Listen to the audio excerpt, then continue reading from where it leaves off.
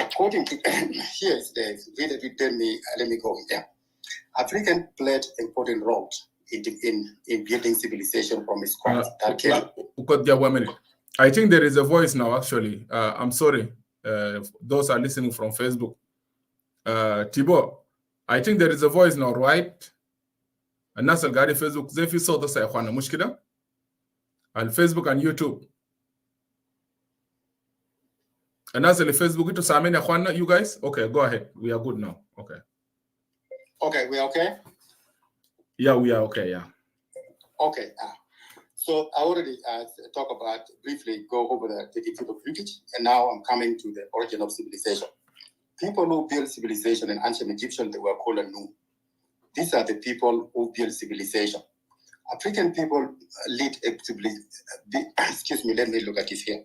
African people played important role in building civilization from scratch that cannot be denied. It was the Nu people who invented written language, mathematics, geometry, science, astronomy, agriculture, art, and so forth.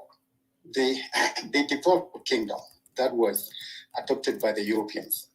So at this point here, in the early history, so the science we have today, mathematics, geometry, all of these were developed by African people. And Africans were the ones who taught European to become civilized, not European teaching African. It was African who taught European, and European become civilized. But later, they changed the history, thinking that the civilization African had achieved, not by them, either by Asian or European. They were denying a clear history that African had achieved. Let's go to the king of the first king of the Good Kingdom. The first king of Good Kingdom was called Menya, and the last king was called Win. So now, when the Europeans became power and they tried to change the history, they had hard time, as I mentioned earlier. These Hmong people, they are Luo. And Luo have names that start with NY, like Nyigwo, Nyikang, Nyang, Nyanza. All these names, Europeans had hard time to pronounce. What they did was, the first king, whose name is Menya, they changed his name. Now many streets here in the US, even in Australia, when I was in Australia, there's some street also named Mena. This is a name of the king, but the last letter NY was removed. Either they put A or they put ES, either Menas or Mena. This was a king name, the first king. This king came to power after 200 years of kingship. That means the kingship has been going on for 200 years. So by the time it reached the highest peak, this king, the first king, now they call it the first dynasty, he unified northern Upper Nile and Lower Nile. At that time, Upper Nile was Sudan and Lower Nile was Egypt. This king united this land together under them, and he's Luo. One of the reasons is this. The last king, his name is Win. But because they have hard time to pronounce NY together, this name would have been either Win or Win. Because 90% of Luo names have meaning. So when you say Win, does not make sense. Some letter was removed from there. So European, they went to change name so that Luo themselves, who came up, who built the civilization, they cannot recognize their own name. You go into Bible also, what we call now Ham. According to Juom, that name, C was removed. When you put C, H-A-M, pronoun Jam, it was removed. Now in the Bible, the black people are the ancestors of Ham, but that name was Jam. So that's how European destroyed or changed Luo names to change the history of ancient Egyptian.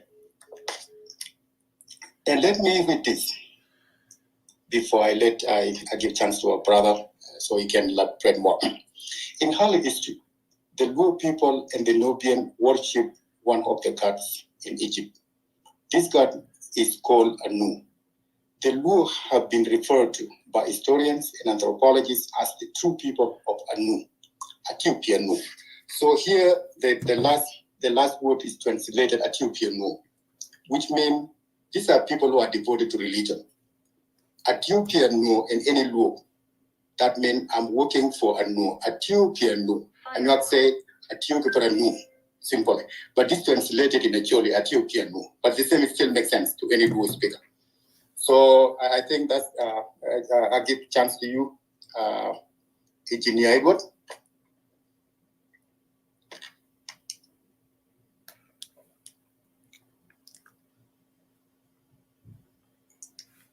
Yeah, Edward. Yeah, okay. Oh. Yeah, thank you. And thank you so much for the introduction. My first question, what I want you to talk about is, you wrote about the acquisition of firearm by King Udel Quad. Udel Quad, okay. Udel Quad in 1880. Okay. Okay, you want me to talk about that acquisition of firearm? Yep. I want you to talk about it. Okay. Can you explain more about it, please? Thank you. Okay, thank you. Okay, let me get there. Okay, brother, sister, this is very interesting story to listen to. Udiel Kot was a king who resided in Bobo in 1880. There was a time King Udiel and his bodyguard, they went hunting. There, in the hunting camp, they met with the Oromo people. Oromo people came to that location where Anuak used to hunt for centuries, but they never met before. So that time, they met in that location with Oromo. Oromo were carrying guns, but Anuak used a spear, as they usually do. So when they met, they saw Anuak king was sitting on the leopard skin in the hunting camp, not at home. And those people, they were looking for elephants and leopard skin as well. So now they became very interesting when they saw the king sitting there. They become very interesting. At that time, there was no, one common language for them to use. They were using their hand.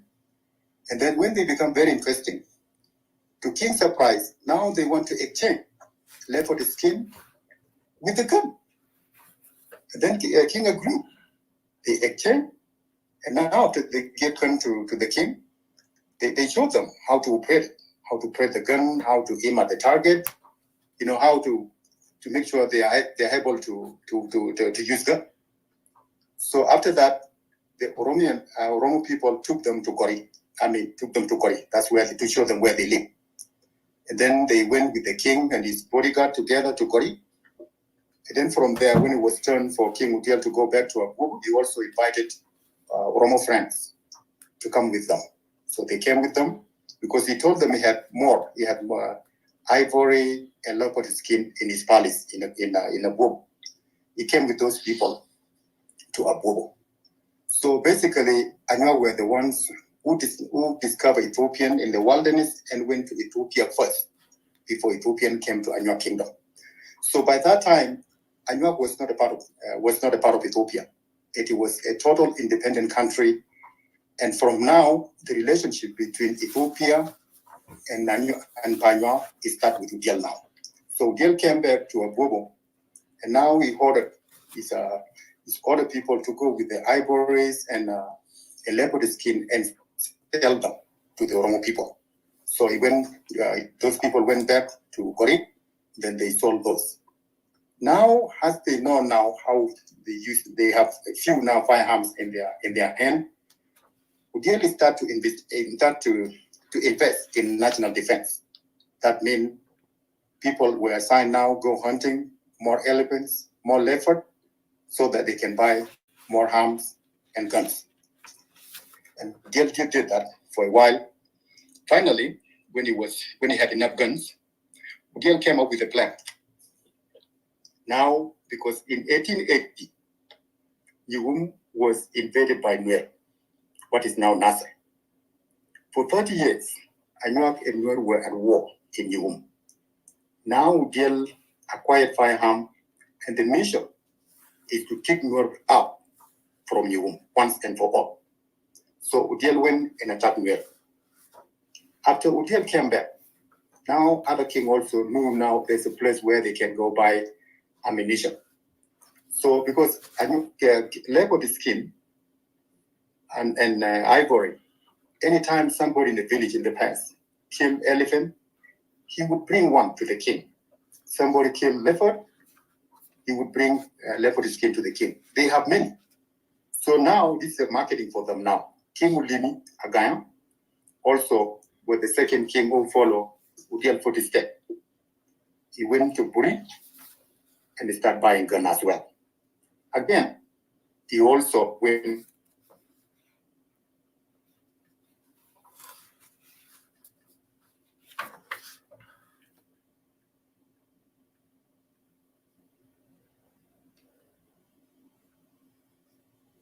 Opap, yeah, unmute your mic. We are not hearing you.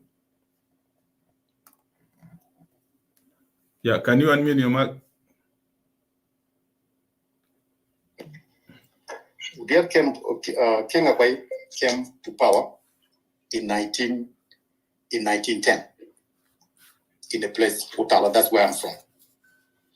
Udiel, King Abai went and attacked Nuer. Jikany, Kajak and Gajuk, and later Low, and he chased them away up to Bangat. He was there for 3 months. He came back with a lot of cows back to Anua Kingdom.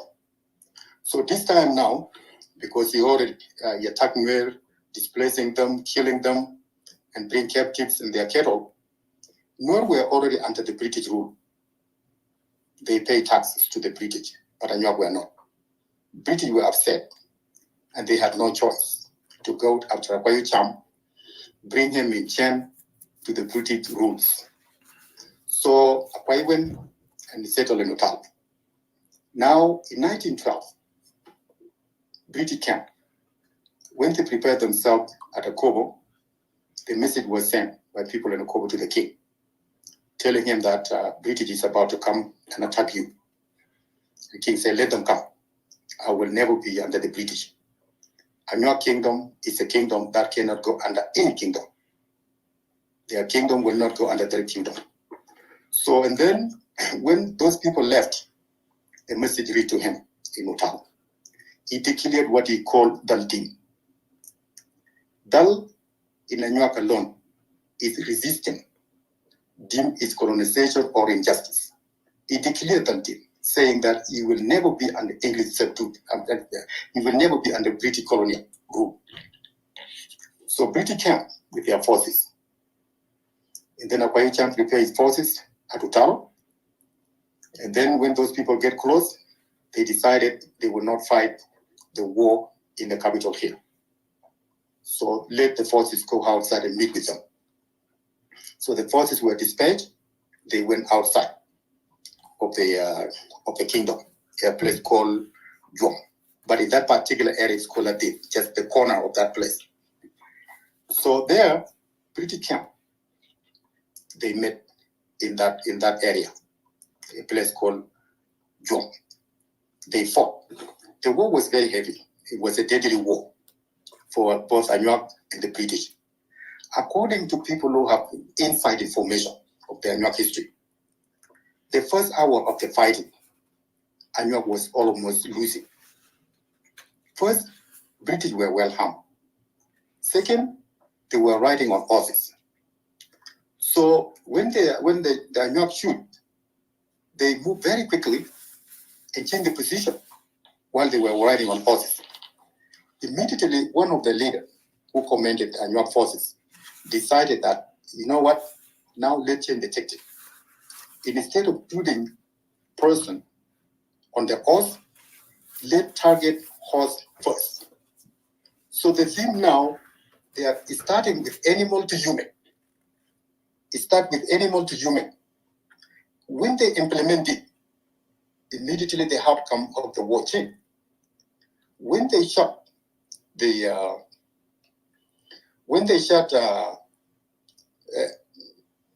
when they chart horse, and when horse fall down, there were two disadvantages.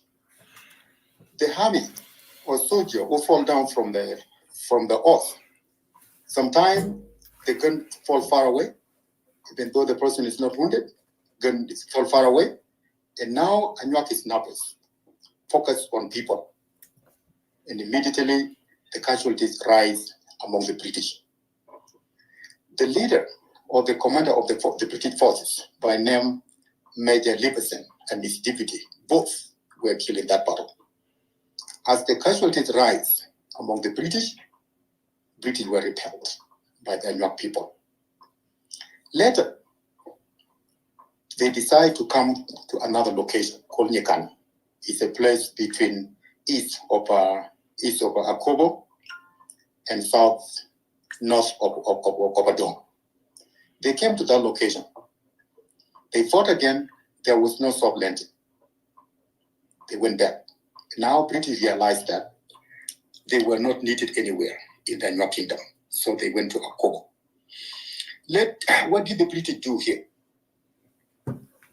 After they were defeated at the battlefield, they are now engaged in another war.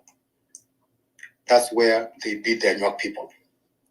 They engaged in diplomatic war, now cutting ties between Anuak and Oromo by what is now called sanction.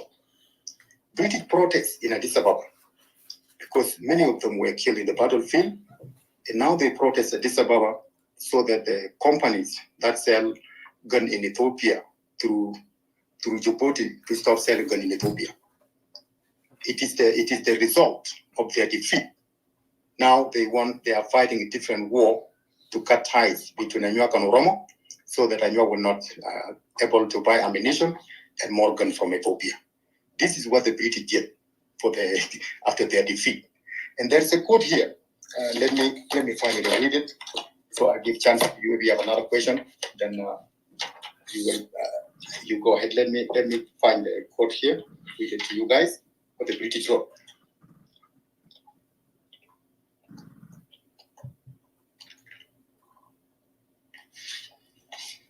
Okay, here's the quote. What the British wrote about the Anuak. Am I clear? What? Yes, you are audible. Yeah, you're good. Okay, yeah. Let's read this quote. What the British wrote here.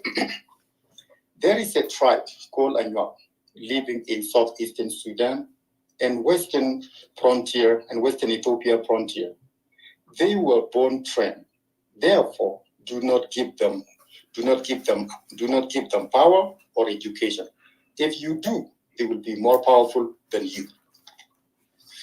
For example, here, as you have heard this, when Oromo trained Anuak in that battle camp, that where they met, how to operate the gun, within short period of time, their relationship improved, and those people would come here. Oromo, they don't hunt anymore. They would come from Oromia carrying 2 guns and more ammunition, looking for Anuak who will shoot anything for them and give them a gun. They realized that those people, they don't want to waste their bullet anymore. They were Anuak who are well shooter or a snapper who cannot miss. Now they will come from their location carrying 2 guns and to give one to a friend who shoot elephant for them. That's how quickly these people now to become the most brave people in the whole continent. So this one thing. And second, also, I want to compare 2 African kings who fought with who fought with the European with modern gun. Okay, only 2 kings: Ethiopian king and the Anuak king. For example, Ethiopian repelled Italian invasion in 1896 at the Battle of Adwa. That was during Emperor Menelik. However, in 1936, Italian came back. Italian invaded Ethiopia in 1936. They defeated King Haile Selassie, and Haile Selassie went to UK. He went to UK, and he was there for he was there for 5 years. However, King Akwayu Cham never left his country. For the Anuak king to leave his own, to be ruled by other people is impossible. He would rather die in his own country than seeking a refuge somewhere else. The distance between Juom and Utalo is about maybe 2 hours or 1 hour and a half. It's not far away. But the king did not move out even from the capital. So now the theme I came up earlier, that is unsung giants. This is one thing that people don't know. People don't know that King Akwayu Cham fought with the British and defeated the British, and he's one of the African heroes. But his victory is not known by many people. At the same time, the British also try to hide this history. It is survived in few books, but not a lot of people are aware of this. For example, when my book was published, there was an Englishman, his name is Douglas Johnson. I think many of you heard about him, or many of you, because he worked with South Sudanese. He was contacted by the publisher to confirm whether he's aware of Anuak defeating the British. What he said was, he said, yes, that is true. He confirmed two things. He confirmed that Luo, all Luos were one, okay? Different between conflict between Nyikang and Gil. He confirmed it because he knew this about the Luo history. Also, he confirmed it. Say yes, Anuak defeated the British. He said in 1930s, because he was in Sudan in 1972, in Sudan, working in Sudan, ICAI, according to him. He said in 1930s, the British colonial in Khartoum, they decided to build a monument for British soldiers who were killed in 1889 in Khartoum, in the place. I think that place is called First Makalari Lenses, something like that. In Makalari, First Lenses. I think you know the place. Now they decided, okay, we also want to build monument for people who were killed in Juom. You know what they said? They refused to build monument, saying that if we build monument to commemorate those who were killed in Adib or Juom, we are reminding Anuak about their victory against the government. So the best way not to remind them about their victory against the government is not to build the monument. So the victory of Anuak, British tried so hard so that this victory in the whole continent is not known. However, they sent a man to Puchala, or Rutala in particular, in 1921. In 1930, they sent another man. That's how we have the history today.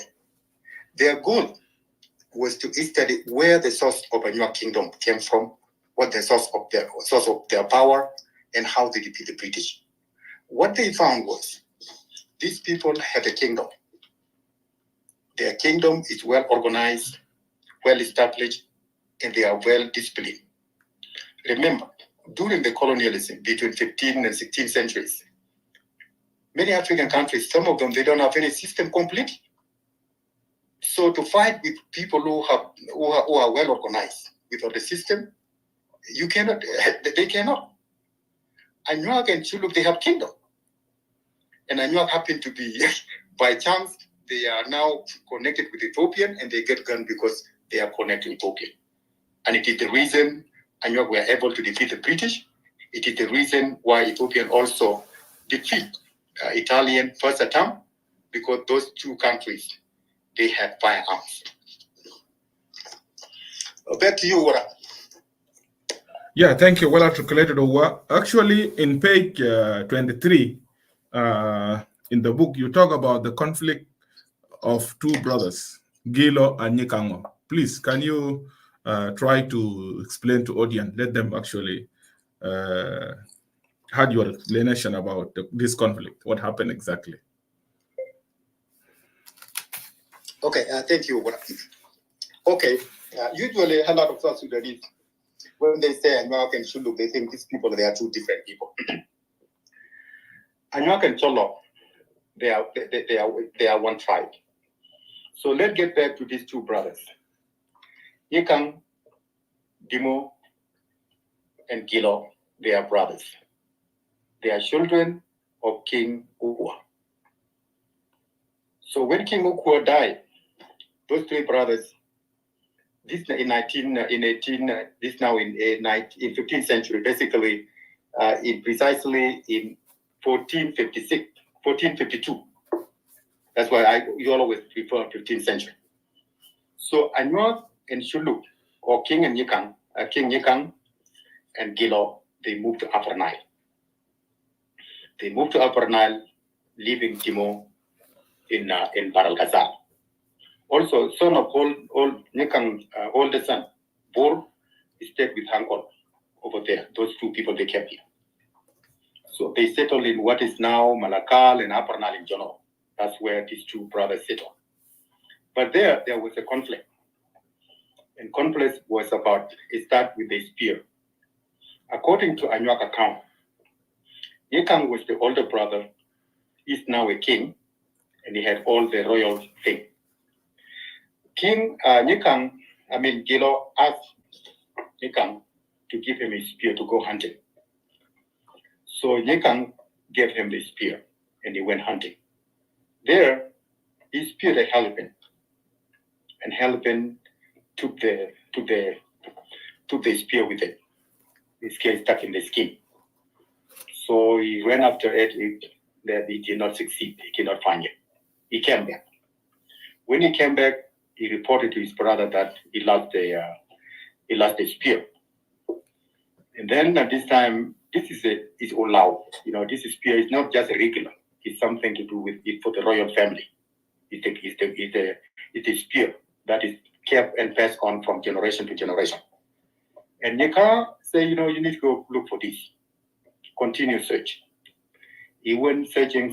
Finally, he found the elephant died and the spear laying by the dead body. So he brought it home. Now, Gilo was very angry because he was told to go back and get this. So when he came back, he was very angry. And in the time frame, he gave this to his brother. And here's the spear, I found it. He was not happy. Now, within a short period of time, there was the baby. He was a Nyikang baby. Was crawling. And now somebody is putting the what's called rope, putting beat on the rope. Nyikang baby was sitting there. He's young and doesn't know anything. And then grabbed one of the beat and he swallowed it.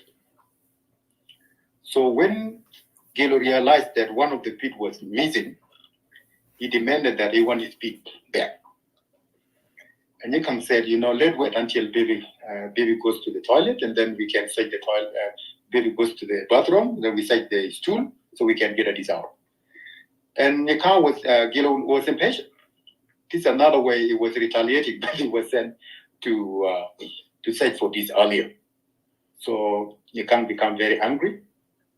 He killed the child and dissect the stomach to get the beat out and give it to Gilo. That's how Nyikang and Gilo separated. But in blood, they are brothers. That's how they separated. That's the origin of separation between Nyikang and Gilo. Thank you so much. Actually, I want you to continue. In page 26, you talk about the origin of Anuak Kingdom. I wanted to elaborate more about that because many people, they are not aware about the Anuak Kingdom, the origin of Anuak Kingdom. Okay. The origin of Anuak Kingdom here, as I mentioned earlier, the current Anuak Kingdom was established by King Gilo Ukwa.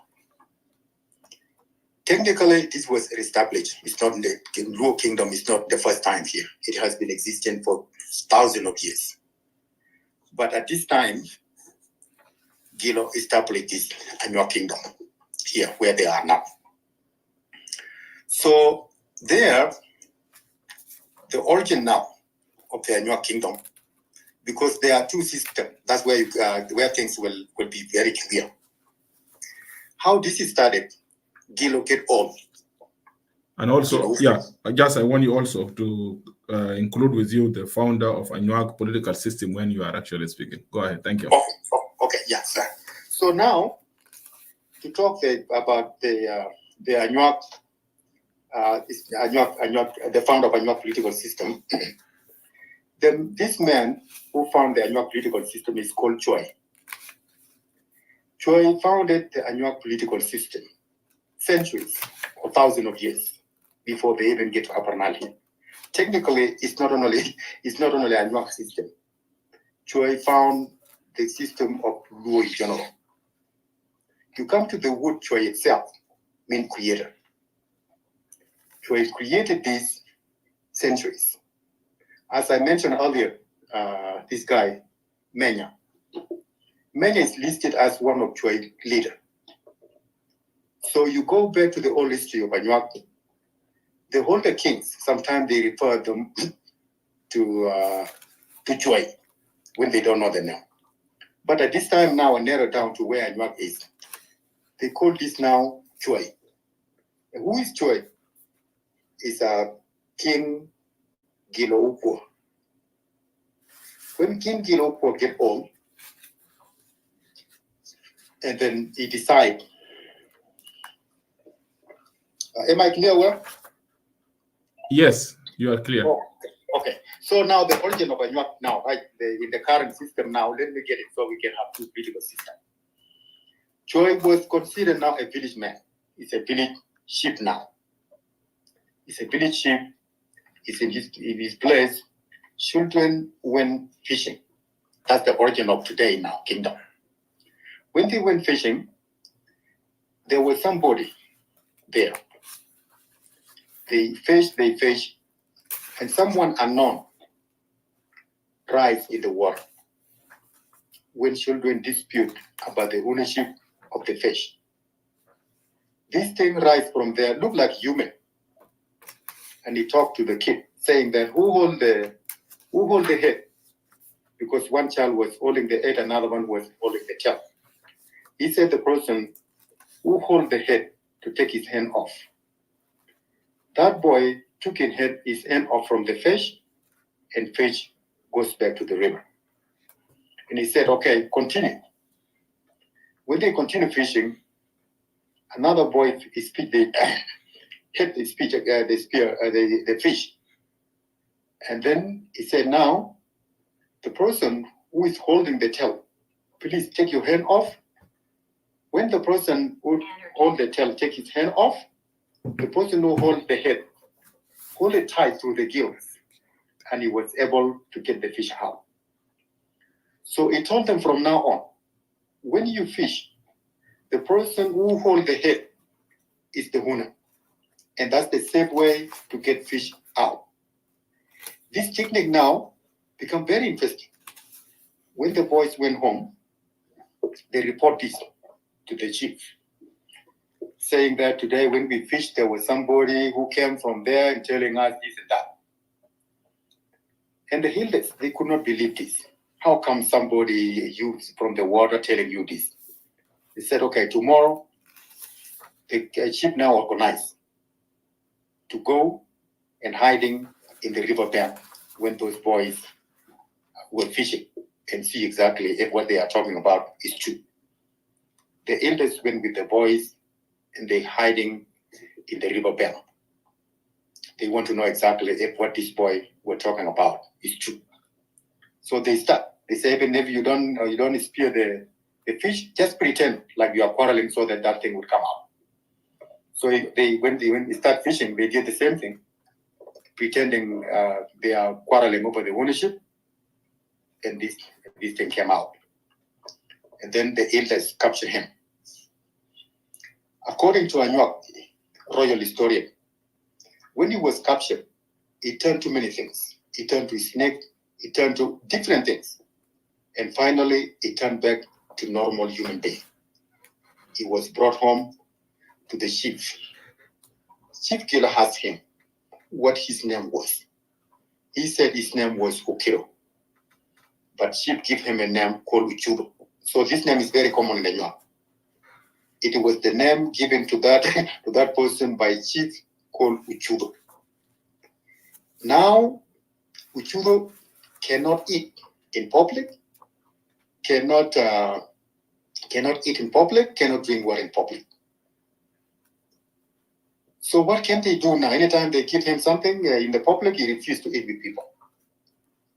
And now Gilo want to know this thing actually is going to die since he's not drinking water and not eating. So he was given a place by himself to stay in. And Chief Choi ordered his daughter to take care of him. So his daughter called Cory. Cory took water to him in a private room. He drank water. And then she came to her father and said that, he drank water. Say, okay, cook something for him. She went ahead and cooked something for him. He had it too. So now this is good news now because like before he was not eating. So now he started eating. He said, okay, at night you can go lay by him so that he won't be alone. So this is a beautiful girl, and this is a young man in that room. So Anuak said, you don't put hyena and goat in the same room. They are always separate. So at this time now, male and the female, they are in the same room. And they are not related. So there, they develop relationship. And then when Cory became pregnant, this thing now won't escape. Okay? Cory is pregnant, and he's a daughter of Chief. Uchudo disappeared without trace up to this day. When Uchudo disappeared, he left things called Uchok today. Uchok is still the king today. Any Anuak king who is crowned must wear Uchok to become a king. That is the royal emblems that make king or legitimize the king. Prince is a prince, just a son of king. It's not a king. Until he wear that bit called Uchok, he become a king because Uchok legitimizes the person to become a king. This is a property of Uchudo. So now he left, and Gilo was raised by his grandfather, Gilo Ukwa. He raised by his grandfather. Later, when he get old, grandfather also had his old son. His oldest son was killed when he committed adultery with one of his wives. Now, old man is getting old, and replacement is not there. So he decided to send his grandson to Bura. Bura is a palace in another word. But I will come to the term later to differentiate them. So now Gilo was sent to Bura, now working with people in Bura. He was a young man, working with people in Bura. There was the issues of adultery, issues of killing. And Gilo was very good at this. When one person was killed, and the whole man would say, you know what, go, if somebody committed adultery, he would say to that person, you go commit adultery, his wife too. When your cow is, somebody take your cow, say you go take his cow too. So now there was little chaos at this time because the Bura is not resolving issues like it used to. Simply because the old man is now old and things that are supposed to be handled by younger. When he died, he passed the leadership to his grandson. Before he died, his grandson came up with this. Say, grandfather, the way you are judging things now is not fair. So what we need to do, if somebody got killed, instead to go and kill someone from that family or murder the person who murdered the killer, the best way is to make that person to compensate for the life that he lost, so that we don't lose people at the same time. And Joy was impressed. Say, okay, let's go ahead with that. So from now we have what we call Molchoy. That means you don't take side. you always settle dispute fairly. So King, Gilo Upua, not Gilo Upua, Gilo Chudo brought this to the Anuak political system. So later, when his grandfather died, he took over because he was already there. When he took over, there was his younger uncle. His younger uncle, when he grew up, because in a Anuak kingdom, even Chuluk too, your father have to be a king for you to be a king, because the leadership is running through royal family. If your father is not crowned, you out. You will not be a candidate. Only you become a king through your father. Your father is crowned a king, you become a king. If your father is not crowned, you out. You are not eligible to qualify. And this system also is not only with the king now, the new system. This is a system that was built by Choi thousands of years ago. You have to be a son of chief for you to become a chief. So the candidacy of individual tied with the father. So now, when son of Choi, the younger son, who grew up now after his nephew took over, he discredited his nephew, saying that you could not be in this position, because first of all, you are not the son of chief, like son of king, because his father come from somewhere, and his son is not qualified to do this. So when the dispute rise up, Gilo decided, okay, uncle, he want to move his uncle somewhere so he can be in charge here. So he organized people to take his uncle. And where he take his uncle, you know that those who know geographical location of Anuak. So from a Ado region, he bring his uncle to Barupena here, specifically to Itam. So he brought his uncle to Itam so that he cannot compete with them in that area. His uncle here, he changed his title. Before, his title just was a chief, and I will get to detail of that later. He changed his title to what is called now Nyeya. From Nyeya, he also changed the palace from Bura to Por. So changing these two things, his title from chief to Nyeya, and then from from Bura to Por, create a distinct political system from the previous one. So now the house of Kwaro become now Bura, and the house of Nyeya become Por Orkal. Let me get into detail now. Why this is considered? Why these are different? In a real sense, there's no difference between Kwaro and Nyeya,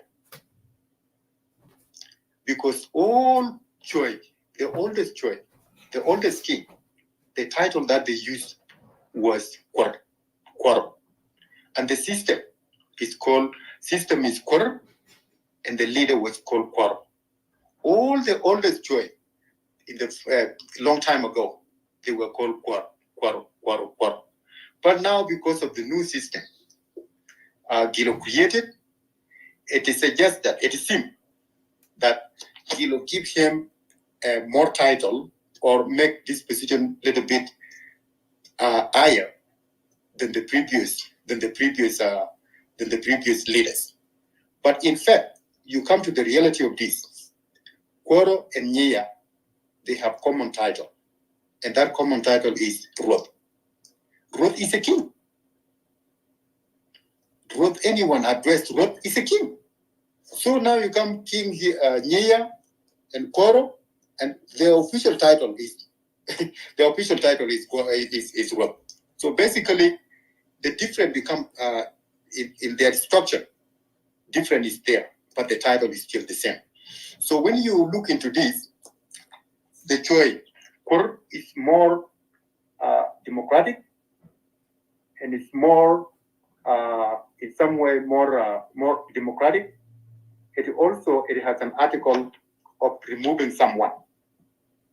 So they like what they use in parliamentary system. Court also has that system where if someone is not doing his job right, people are not happy with it, that person can be removed peacefully without fight. But with the king, it is very difficult. They are always removed through coup, what we call a gap. But with court, people who are in this system, first they have the requirement for you to be quorum. There's a requirement, but king does not have this. They have a requirement, and if you don't fit that criteria, they're not going to crown you, even though your father is a king, is a chief. They're not going to crown you. But with the king, you are son of the king. Yes, you can go. But those people, they have to check to make sure that person is a right candidate. The person does not discriminate. The person has a family, because the wood court itself mean wealth. That means people who start the system in the first place, they were rich. They had property, they helped poor people, so that's how the system works. So usually when you are in that position, you are expected to provide for people who are poor. So that's why they want to make sure that the person who get there fulfill the criteria. Like for example, if you are a chief and somebody does not have a dowry to marry, they will come to poor. They will come to Bura. And then helping Kwar, then Kwar will give him something, dowry to marry. The same thing too in king with the king. If somebody does not have any dowry anywhere, you can go and work for the king, but let the king will give him something. So that's the difference. So Kwar is more democratic, and people have choice to remove somebody and put somebody in. But with the king, what is called Nye now, you cannot do this. Nye has to remove through coup, usually assassination, to get someone in. Back to you, Wara. Thank you. Actually, thank you so much. I remain with just I want to ask you more 2 questions or 3 questions, and then I will open the hand so we can take questions. And also let me acknowledge the president. Uwa, can you mute your mic for 1 minute? Yeah, let me acknowledge actually the president of Julius. Julius is an anthropologist, also son of Cholo, who is actually aware of a lot of Cholo history. He will be up with us here more. So maybe you want to say something or add or make an argument, whatever. Anyhow, I want you over to talk about democracy in the Anuak lands. Because, you know, many tribes in South Sudan, they are not aware about the democracy. And people thought always that democracy is connected with West or with European and so on. So please, can you tell us how it looked like in Anuag land? Is it beautiful or something ugly? Go ahead, Uwa. Unmute your mic. Okay, thank you. Yeah, as I mentioned earlier, this is a brainwash. Europeans themselves, the first time they met with ancient Egyptian, they were taught. They did not have any system. They were taught by the people of kingdom. They were also taught about the concept of religion. They never had anything. Things that we have today, either religion or education or what we have developed by a new people. But because of during slavery and colonialism, Africans were brainwashed to see things that were developed by the European were more advanced and ours were backward things. So let's come to the democracy in Anuak. As I mentioned earlier, Akwayu Cham was the king who defeated British. At home in Anuak kingdom, Akwayu cannot control another region. He cannot control another chief, another region in different places. He's only a leader in a Dome area. They cooperate in the security matter, but he cannot interfere in affairs of local.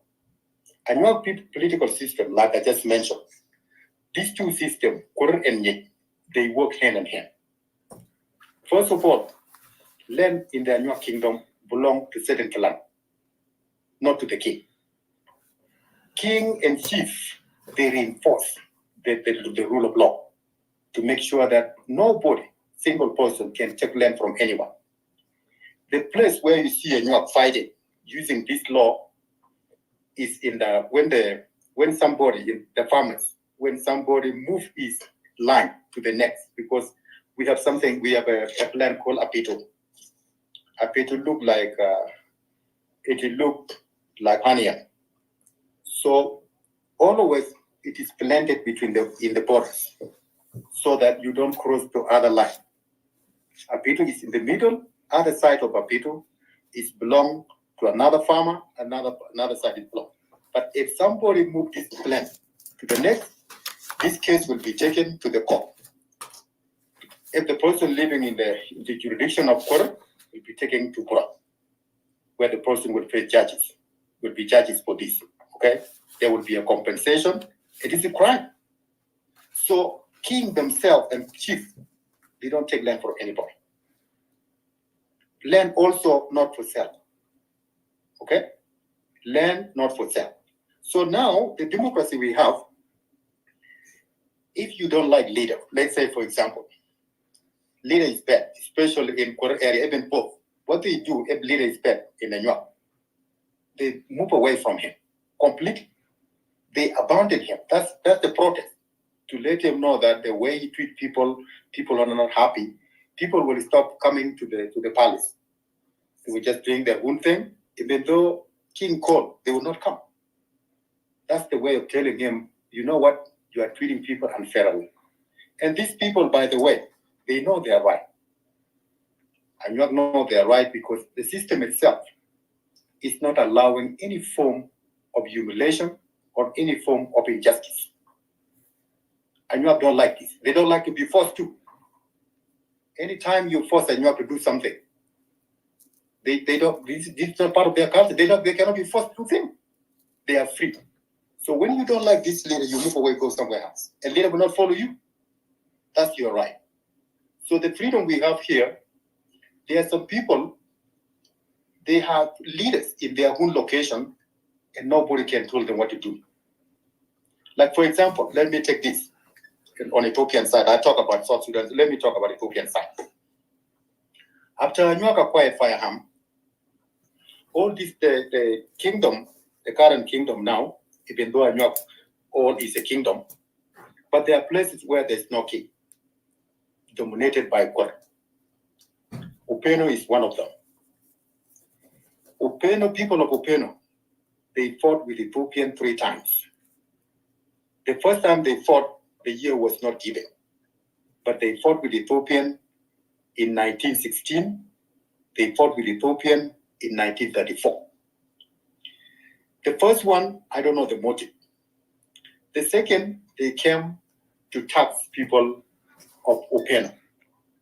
Upeno is the Ethiopian call it a Baro, but the real name is Upeno. Rayukilo said he's not Ethiopian. He cannot pay taxes for the foreigner. As I mentioned earlier, all these 11 regions, they are in the Anuak Federation. Rayukilo was like a governor in Upeno. He cannot accept Ethiopian to take taxes from these people because they are not Ethiopian. They fought with this because they don't want to pay taxes to the foreigner. So they defeated Ethiopian, and Ethiopian went back. In 1934, Ethiopian came back. They fought. Even the leader who brought Ethiopian that by name Meji was wounded, and 6 of his forces were defeated. This confirmed that Anuak were not Ethiopian. Even Ethiopians themselves cannot control them. British acknowledge that Ethiopians do not have military capability to control Anuak. But British is still pushing Ethiopia to do this.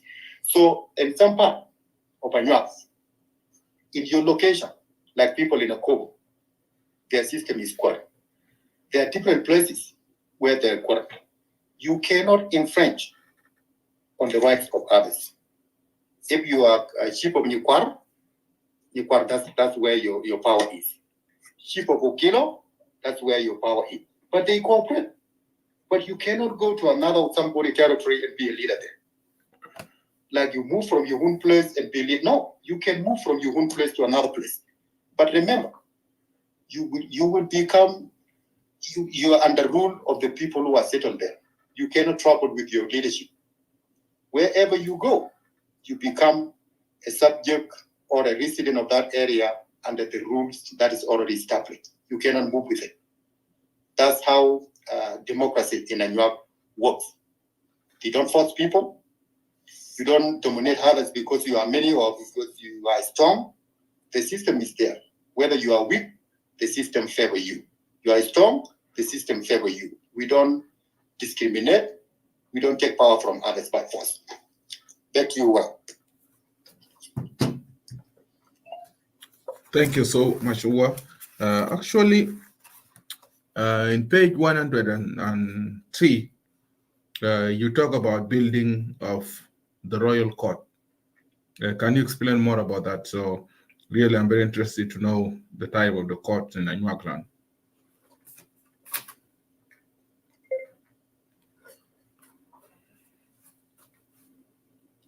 Are you there, Uwa? Okay. Can you repeat the question? Actually, I was talking about in page 103, you talk about building of the royal court in Anuak land.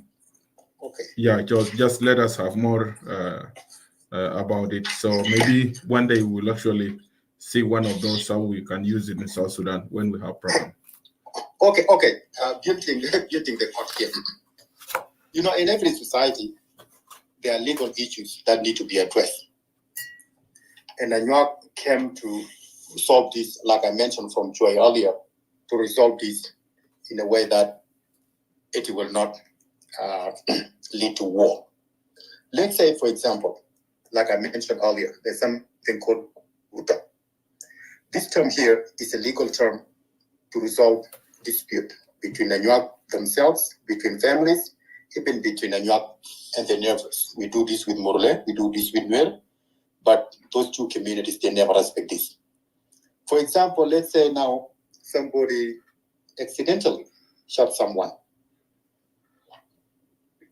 The person would go immediately to the palace. If it happened where the leader is poor, that person will go to Bura. Once the person arrives at Bura, he is safe. Nothing will happen. Chief will tell him now, sit down here, and then immediately Chief will order certain people to go and talk to the family of the deceased. Say, you know what, the killer now report himself to us, so we are going to handle this. And those people, because they know the system too, they will not go retaliate again. So now the family of the killer, they report themselves to Bura, and now Bura will try to find a way to resolve this. And one way to resolve is to compensate. For the life that was lost. Remember, Anuak agreed that human life cannot be replaced. Human life cannot be replaced. However, to reduce the anger, to punish the killer, he has to compensate for the life. So the family of the deceased now have to compensate the lives that they destroyed. So under the king, they will ask this family to look for the things that need for compensation. We call it quote. They will look for all these that are needed, how many cows needed, how many goat, how many beads. When those things are ready, they give it to the chief or king, the person in charge of this. Now that person will take message to the deceased family. Deceased family will come to court that day, and family of killer will be in court as well. So now, chief is there. And today we are going to settle the dispute. First of all, before they do anything, I'm glad South Sudanese are listening here. Before they move ahead, the deceased of the family of killer have to confess that he killed a person. He is wrong for taking human life. As he admitted, the family of deceased will come and they say, because of admission that you kill our son, you kill our daughter, we forgive you. From now on, you will not brag about the person you kill. You will not even come close to them. Because when they see you, they see the killer of their son or the killer of their daughter. So always be far away from them. Do not brag you are a man because you kill a person. And acknowledgement that they kill a person, these people now give him, they forgive him, saying, okay, that happened, life goes on. And then there will be a cow to be slaughtered for this. And that cow will divide it from tongue to the tail, to two sides. One side for the deceased family, one side for the victim. And now when they eat the same meat from the same cow, they are now become brothers and sisters again. There will be no bloodshed again. And that's why we call it Guto. The spear is now blended, cannot hurt somebody again. That's how we resolve that's how we resolve killing issues in a society. I know they don't have concept of now you kill my brother, then I pick up my gun and then kill you or go attack you. We don't have this. It is because of the system we have in place. People who do not have any system, they use revenge as a way to resolve issues. We don't have this. Back to you, Wara. Thank you. Thank you so much. Actually, the last question or the last point I want you actually to talk about it is page 120, the Kwaro political system in Itam. So this is the last point I want to talk about it.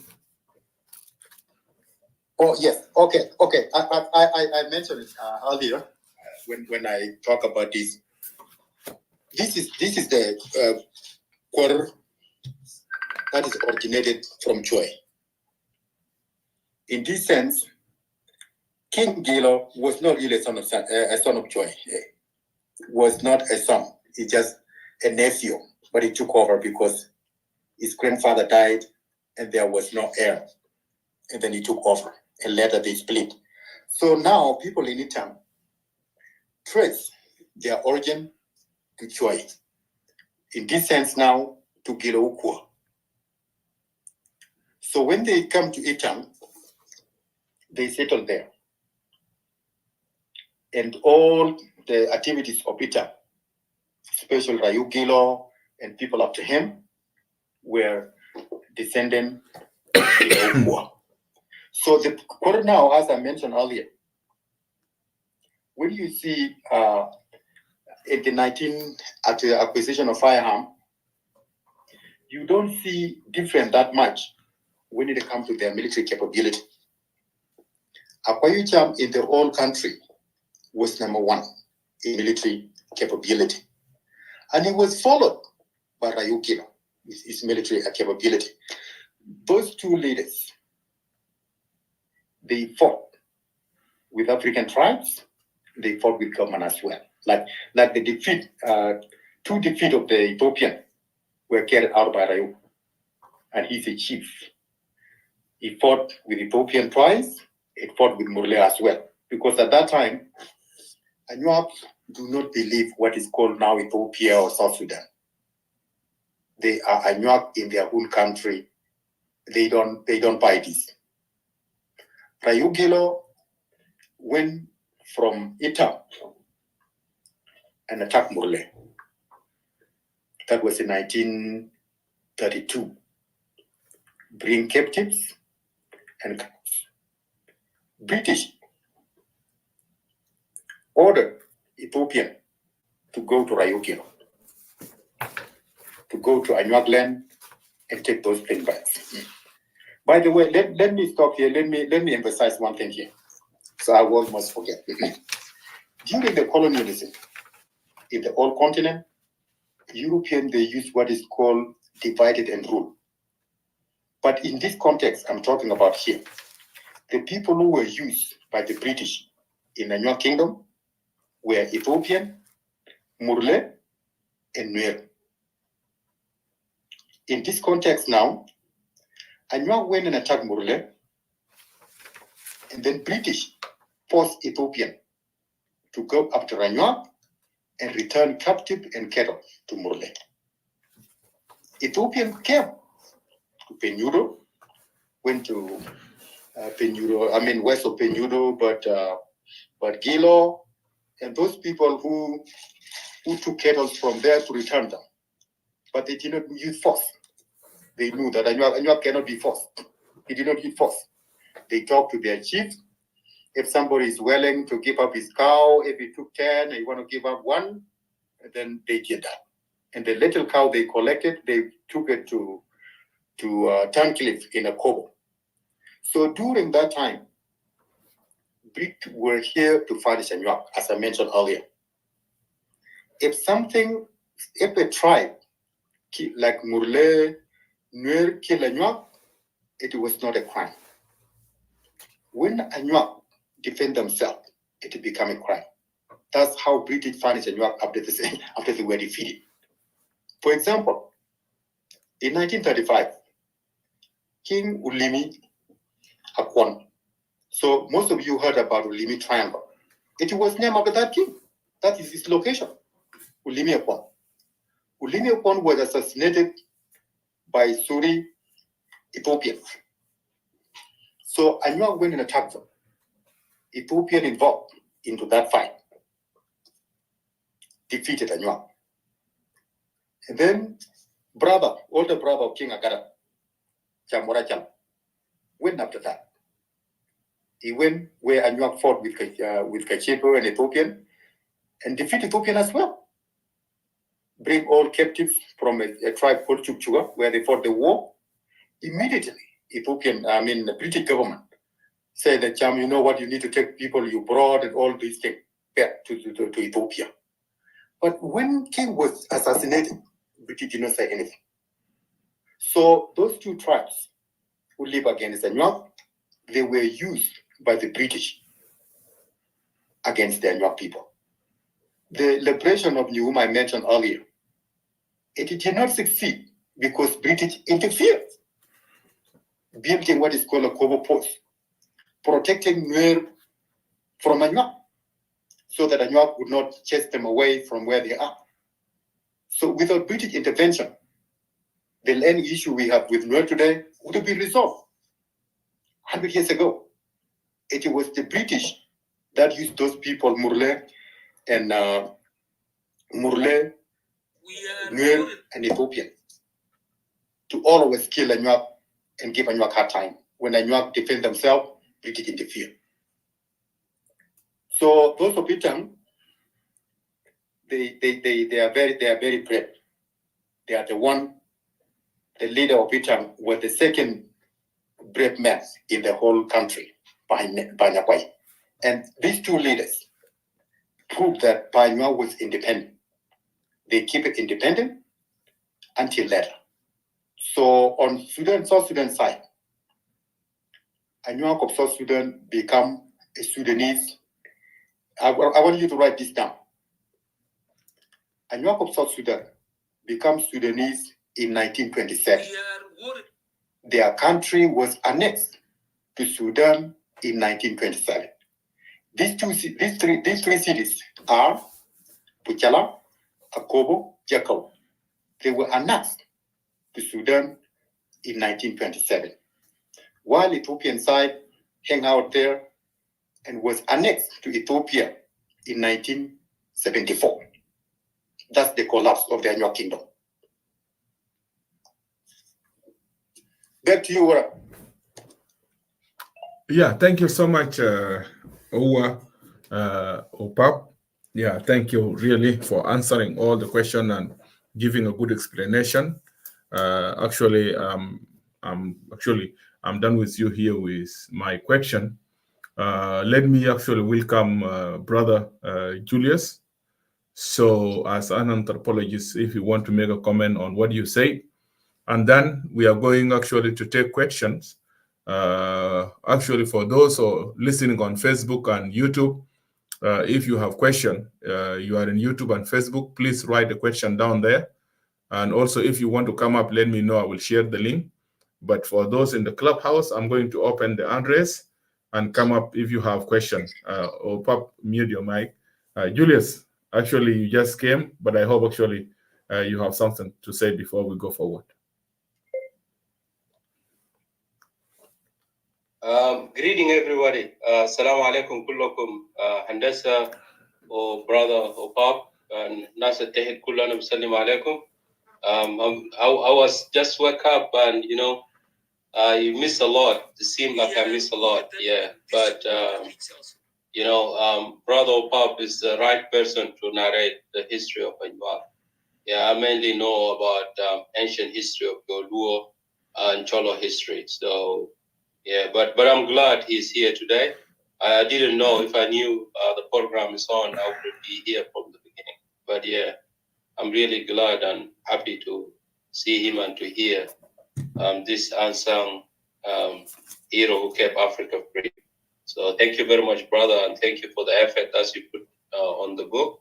It's good for us to know about our history, because a lot have been, people try to suppress other people's history. And I would say the history of Jolu in general is the history of triumphs and, tribulations. So we had our time in the sun, but also we suffer a lot and we continue to suffer too. But this is a very good effort, and I really thank you for it. So thank you very much. Yeah, thank you. Thank you very much, Julius. Let me take question. I'm taking Opap. Let me know for how long we are going to continue taking questions. Can you open your mic? Yes, yeah, I think it depends on your time. We can go maybe up until 7. Okay. Until 7. Okay, thank you. Makangi, photo law index, while if you have a question, go ahead.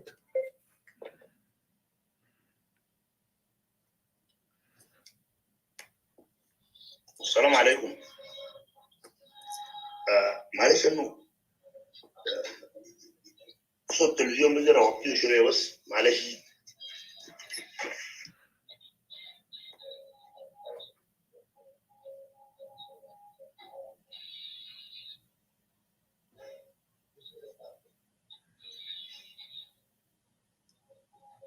بس معلش يا اخوانا.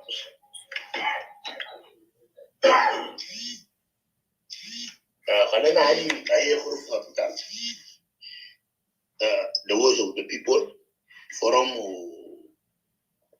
والناس اللي موجودين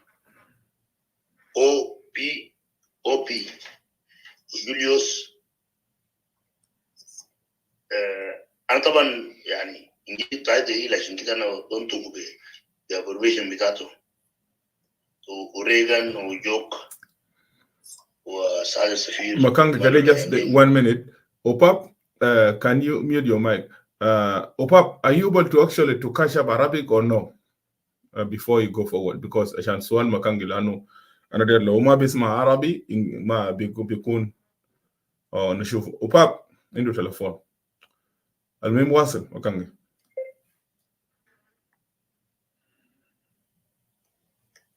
Hello? وصلوا يقول له الفورم ده عربي وانجليزي. Yeah. Okay. Are you able to listen to Arabic or no? Yes, I do. Okay, yeah, okay. If somebody is Okay. Arabic and English, just both language, I do. Okay, I thank you. Arabic. Okay, Makang, I'm sure get them there. اوكي. الكويس انه النقاش عنده علاقه بالتاريخ، وبالذات انه لما نمسك الدائره بتاع القرن التاسع عشر او بمعنى اخر 1912. لما نرجع للتواريخ ده وافتكر انه الاستاذ المتحدث داول نقاش عنده علاقه بالطبيعه بتاع الجوهريه بتاع المملكه بتاع الدائره بتاع جغرافيته.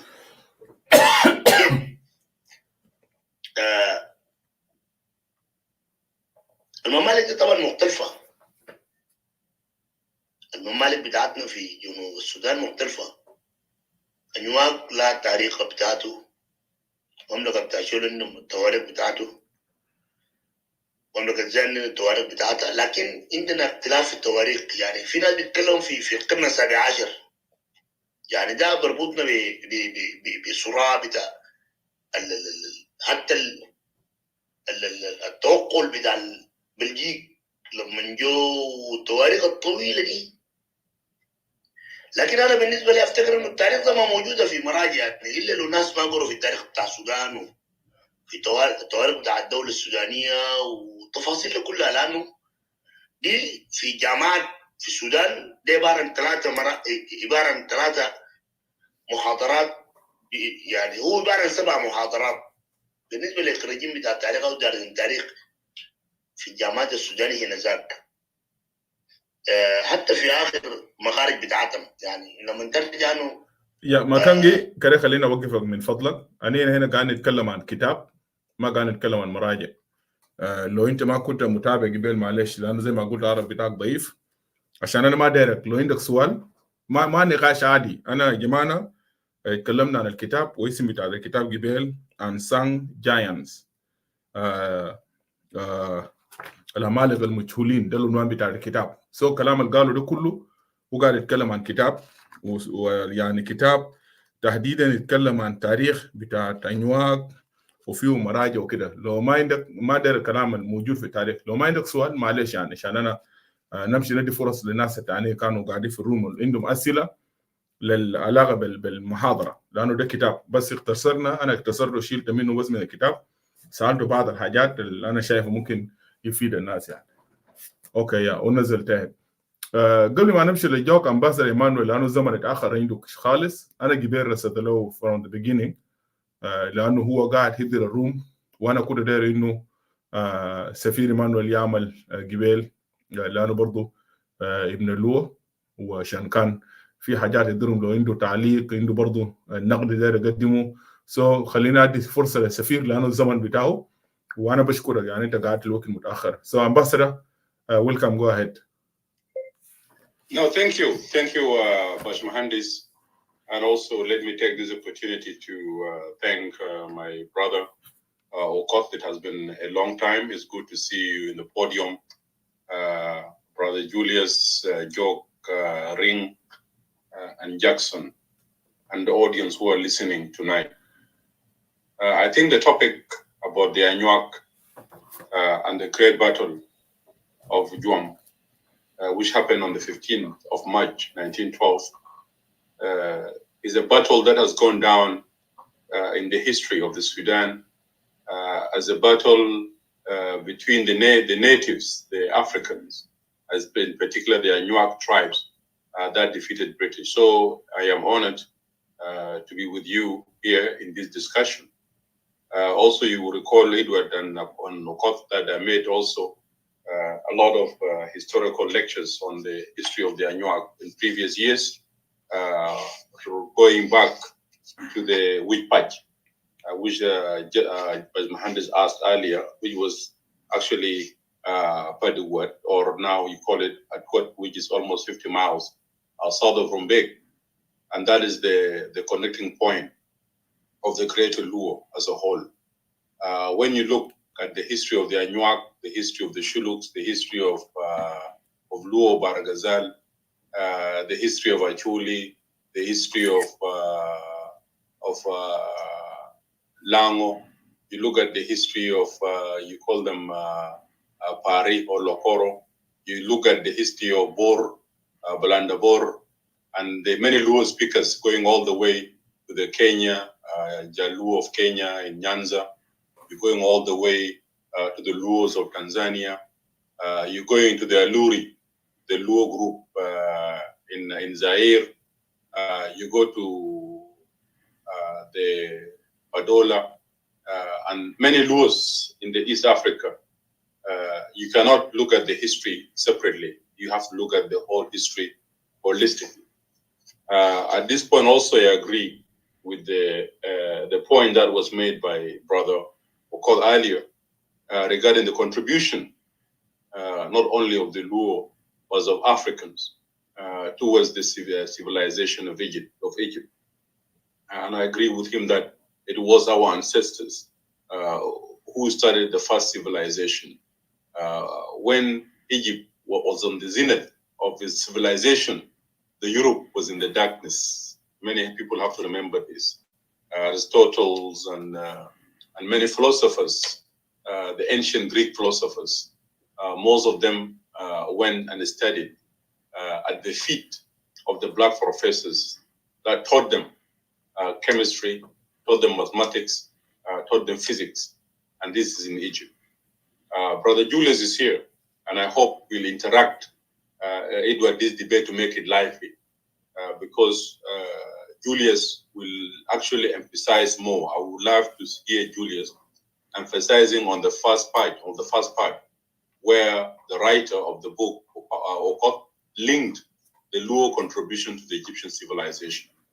Although he mentioned it abruptly, with giving some names like Menis and Owini and the rest, I would like Julius also to, after I speak with your permission, to link that, the history of the Luos and the Egyptian civilization. And هنا ما دارين كلام حبوبات يا باج مهندس، دارين كلام يكون كلام علمي. لأنه people these days are very sensitive. When the Luo people come and talk about their history, we go, "Wallah, Jaluo de, nas Juawin, nas Julius, nas Idwa, nas Opap, nas Munu, the unity of the greater Luo." And I always keep on saying, why not? Why will not Luo unite? If the Luos are almost in 6 countries of East Africa, what is the problem? It is the unity of the Luo, to me, is important. But the unity of the Luo should not be looked as Luo should unite to conquer other people. Of course not.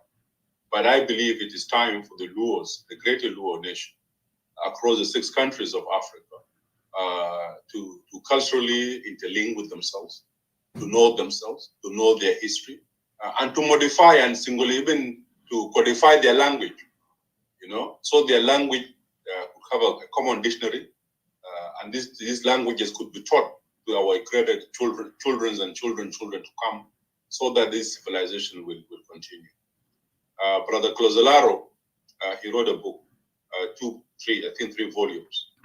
It's called Father Clozelaro, who was a Catholic priest. He wrote a book, The Luo, in 1963.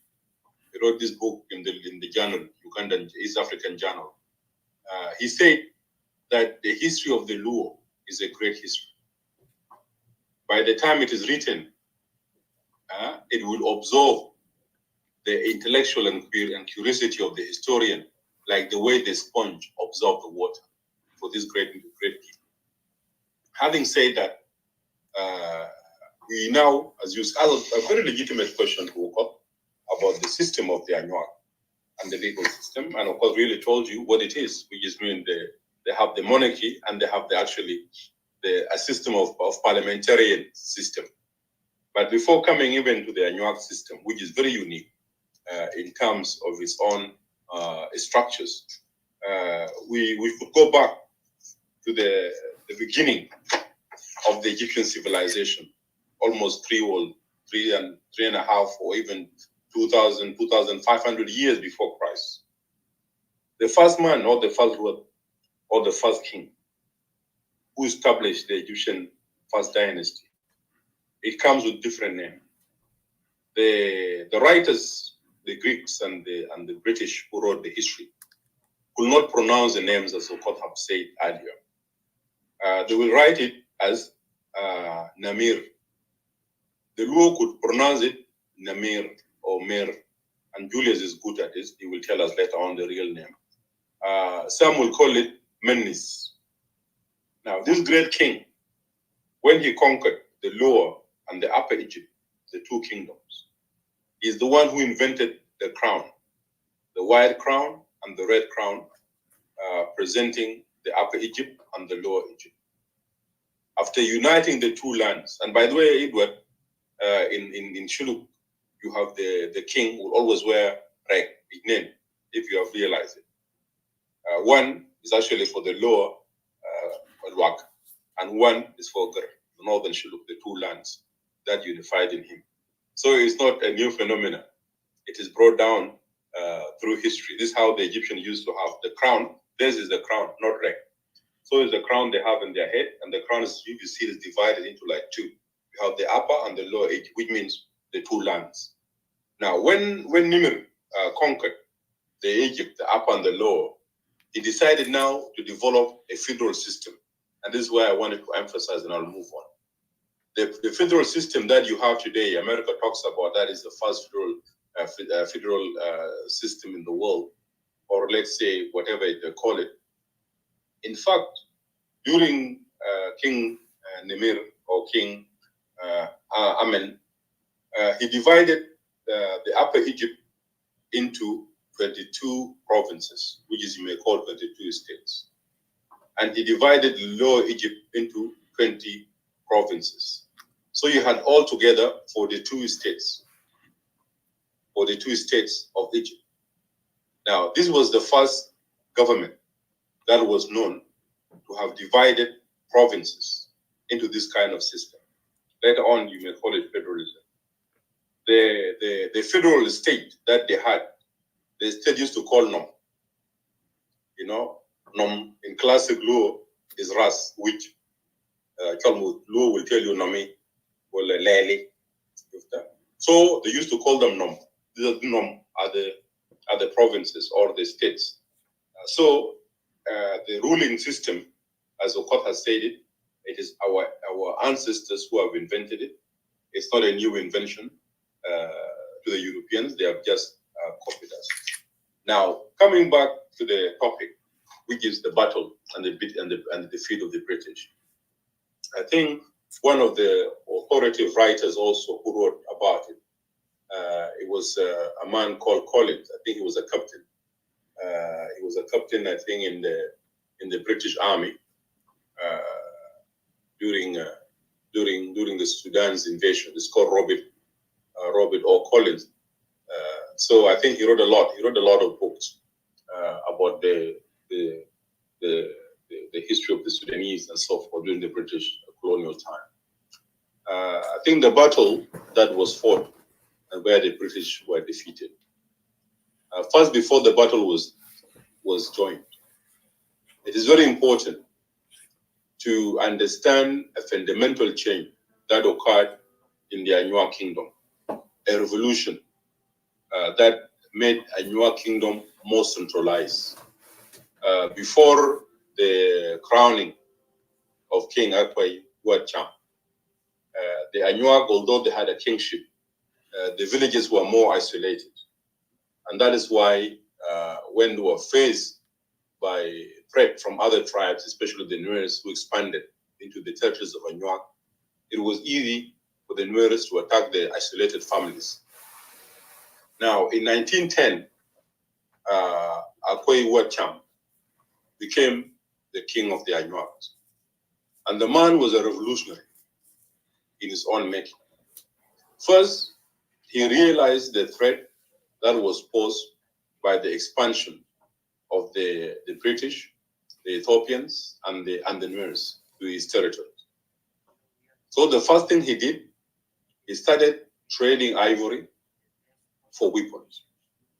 And it was estimated that at the time when the battle was fought in 1912, the Anuak had no less than 10,000 rifles in their possession. He then started fighting with the Nuers.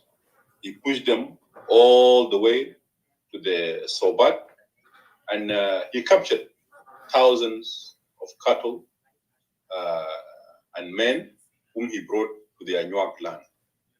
The British were not comfortable with this event, and they wanted to subdue the Anuaks. And also, you should recall that there was a diplomatic problem in Addis.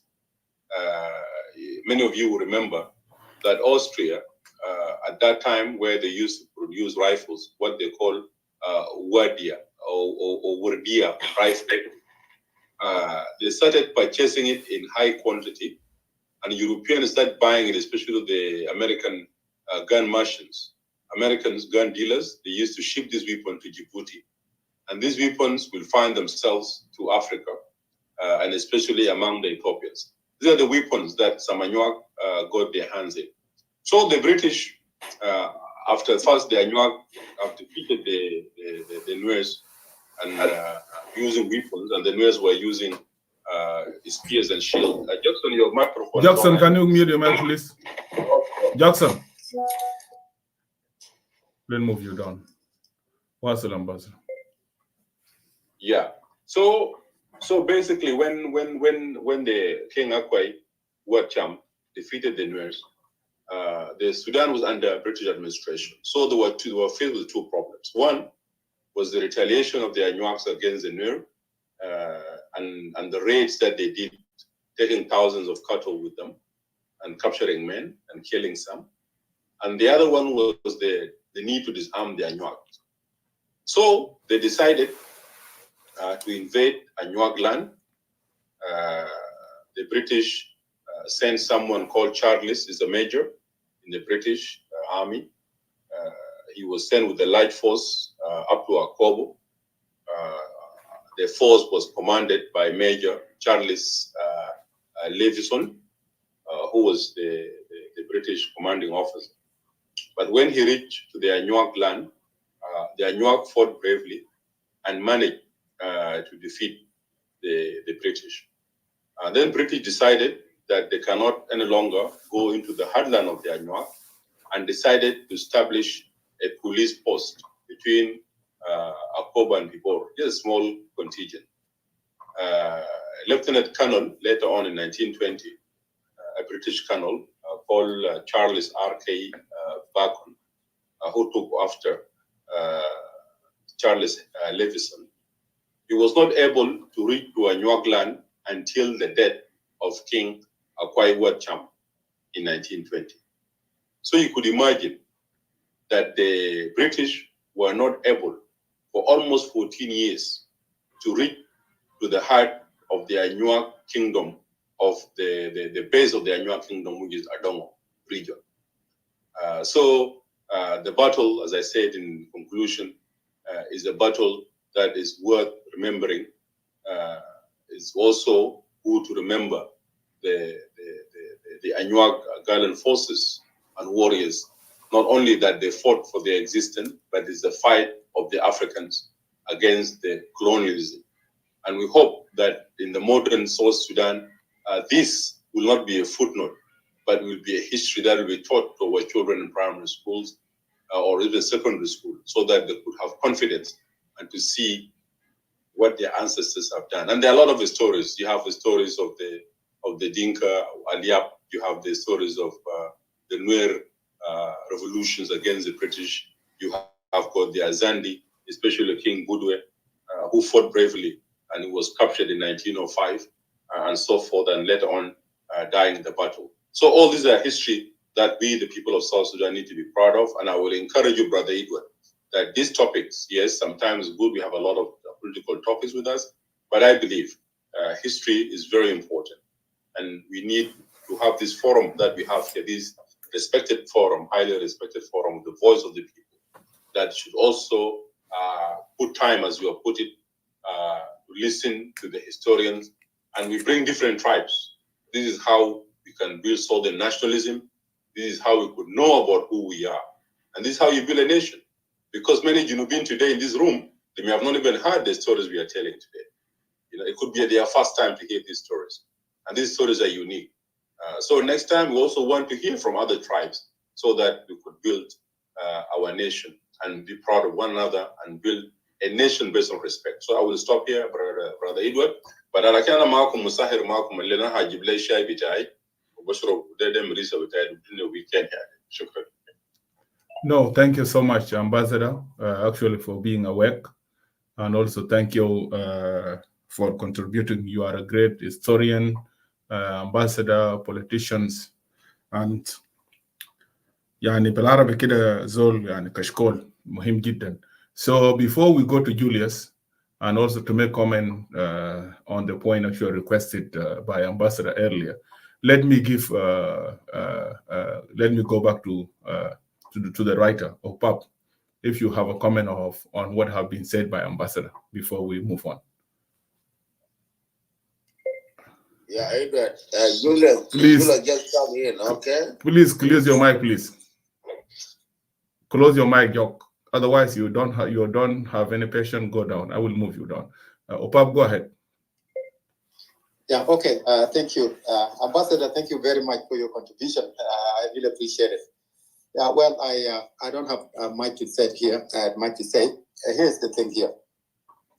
So today, African people, after the colonialism and slavery, African self-esteem went down because the history of ancient Egyptians were destroyed, and the credit were given to people who were not there in the first place, like Arab, European.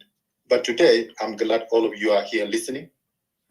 So the civilization that is started by Egyptian were started by African, by the Anu people, by the Luo people. So according to Unyala, the alphabet we have today, A, B, C, D, these are Luo alphabet. Later, Greek and Roman, they modified this alphabet to fit their language or to match with their language. Today, most of South Sudanese, in particular, in general, their language, their Bible is written in Latin.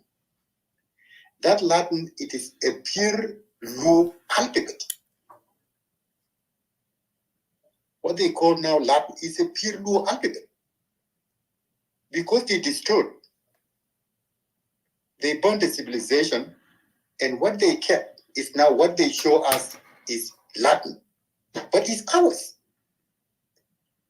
The civilization that is started by Africa, now they're telling us they don't know this. There's some video I came across the other day. They were questioning the intelligence of the African, saying that the pyramid would have been built or were built by genius people. Yes, of course, these things were built by genius people. But they try to bring down that African cannot able to do that. So today, brother and sister, this is a great book to read. Ambassador read it, some of you read it. It can be found in Amazon, anywhere you are in the West here. For those who are in Africa, I have copies in Nairobi and copies in Juba. This is a book to read so that you know more about Africa, know more about the political system of the young people. So when we talk about democracy and all of this, not everything came from West is good. But West built their institution on the top of ours. This is one thing you need to know. Education we have here, the founder of education, we're African. But the West built on what is already started by the African people. So we need to have this self-confidence. That with education, like for example now, with better educational system in South Sudan, South Sudanese will compete with the world in 20 years. If we have good teachers and development to make sure actually educational system is working well and educate people, in 20 years, we will compete with the rest of the world. But it's because nobody's doing this, it's not helping us. So I encourage anyone who wants to know more about this, especially even children who went to school in the West. Nothing positive is taught in the school about the Black people in general. Book like this, it will inspire a child, inspire a student to know about their past and to see that in the past, they dominate the world. Their invention dominate the world. So today you see Africa, they are begging, even country, the whole country is begging West for food, begging West for peace. They cannot able to do this. So we need to re-examine the history in the past. We were on the top. Now we are at the bottom, so we can lift up ourselves again. So back to you, brother. Thank you. Thank you so much. Before we proceed, Julius, go ahead and make the comment.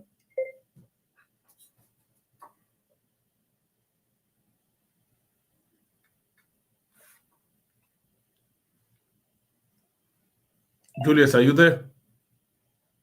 Yes, I'm here. People keep calling me brother. I'm sorry, man. Yeah.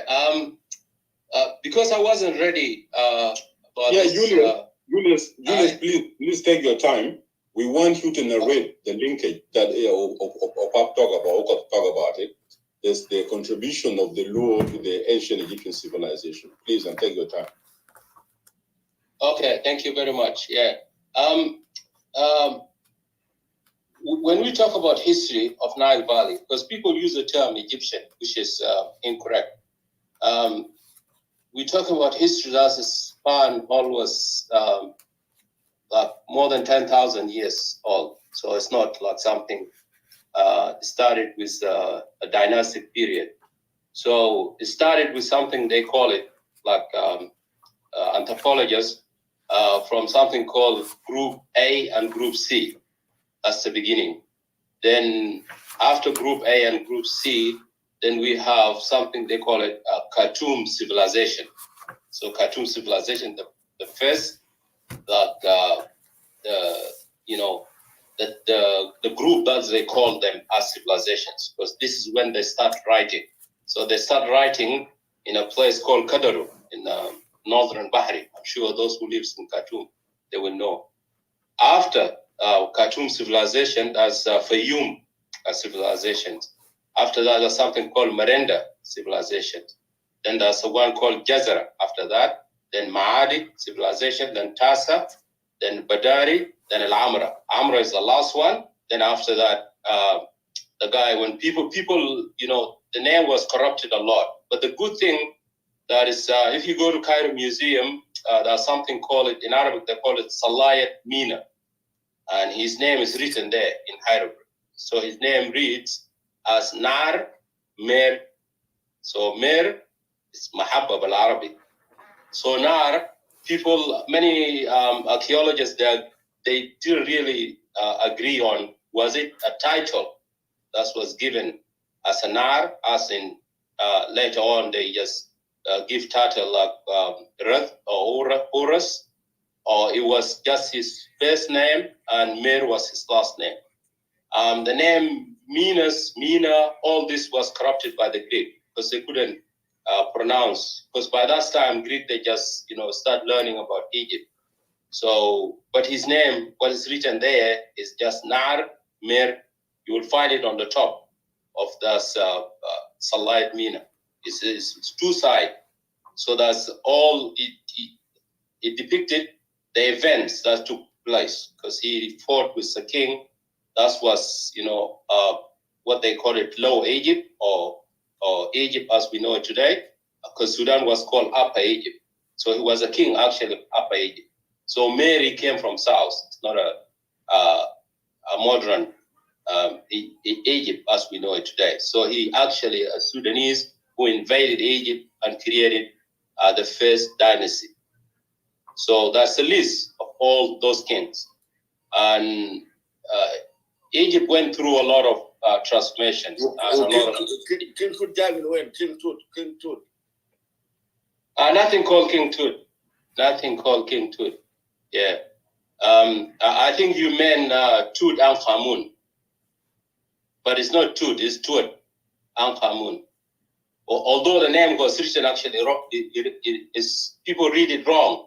Because the first one in his name is called Amin Tut Ankh. Amin is meaning the heart. Tut is the messenger of God, or the wisdom of God. Ankh is live or alive. Yeah. So the first invasion was by Hyksos in 1657 BC. Then after that, Hyksos was repelled by the 18th dynasty. That's ambassador just mentioned, Ahmose I. Then after that, the Assyrian invaded Egypt. So they invaded it from 1479 to 1447. Egypt was ruled by Assyrian. Then after that, Assyrian, they united with the Libyan. So they invaded Egypt again. So then after Assyrian was repelled by the campaign actually started by Baanchi father, Kashsa, then Baanchi, then it was completed by his son Tirhaka. But between Baanchi and Tirhaka, there's two brothers who rule. Baanchi brothers who rules, and after that his son took over. Tirhaka is the one who even expanded the empire all the way to what we call today Palestine and Libya, and then the Persian, the Assyrian, they came back again, so they repelled the 25th dynasty from Egypt, so they moved to Sudan, and that's what people mostly refer to as Meroic period. Then they continue until 305 AD, Then the Assyrian was, Egypt was invaded by the Persian in 525 BC. Then the Persian was invaded by the Greek in 332. Then since that time, since the last king that's ruled Egypt was 25th dynasty, and Egypt since 525, Egypt have been ruled by foreigners until today. When we talk about connection between Joluo, it's very really important for us to, select our word. The Bible or the ground? Bible or the... So, Continue. Joluo actually are the people who call Joluo. That name actually was coined after the last Meroic or the late Meroic kingdom was overthrown by the Roman with alliance, people known as Nobatis and Burmese. And the general, the governor of Egypt at that time, his name was Colentin, and his title was the Prefect of Egypt at that time. So he sent one of his generals, his name Maximinus, to train those two tribes, Burmese and Nobatis, because there's different between Nubia and Nubus and Nobatis. Those are completely two different names. And Nobatis are today, those are the people that we call the Nagla, Halfawin, and Kunus in southern Egypt.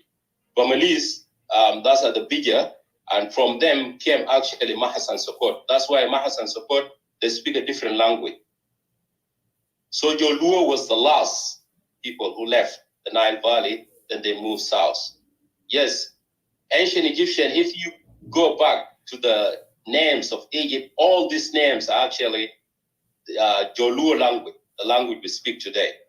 And when Egypt and Sudan united, they are called Tawi. Ta is land, we is the father. I'm sure all of you guys know that. Yeah. Then another name is Tamir, as a reference to the Mir, the first pharaoh. And also Egypt is called Bedewi, and it's also called Pape, and it's also called the name that most people know, Kemet. So if you guys told me earlier, I wouldn't explain to you guys. Even I wouldn't go on, with Edward on a live video and try to write some of them, because I can write hieroglyph. Yeah. So there is a book called A Dictionary of Hieroglyph by Sir Wallace Berg. If you read that dictionary, most of the words there are the same language as we use today. Aged is mean to build, Arab is to burn. Horus is actually made of two words. Or is the god, Ruth is the king. So they call it the god king. Even the name Osiris, by the way, people pronounce the Greek name. That's a Greek version, the distortion of that name. His name actually Uchiar, the god of resurrection. So Uchiar means resurrection. Uchiar is the guy who resurrects people. Yeah. And a lot I could go on, but I wasn't ready like what I said, but hopefully, Edward, we can do another room, and you can bring me on, on a live video. Then I can just show you. Then you can put on the screen most of the thing I've just said. Yeah. But I just want to, say something from the Book of the Dead. In Book of the Dead, in in a museum in UK, but I don't know which one is it.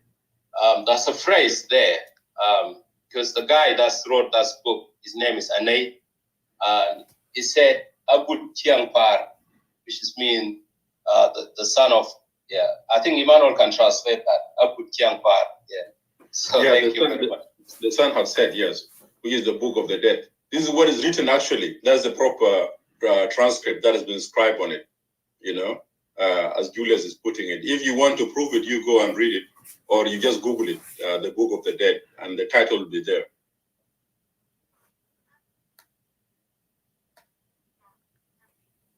Julius, are you finished? Yes, I'm finished. Yeah, Okay, yeah. thank you. Unless you guys have a question. No, thank you. Before I proceed, let me go back to Ambassador and OPAP. If they want to have a comment, then we continue with line.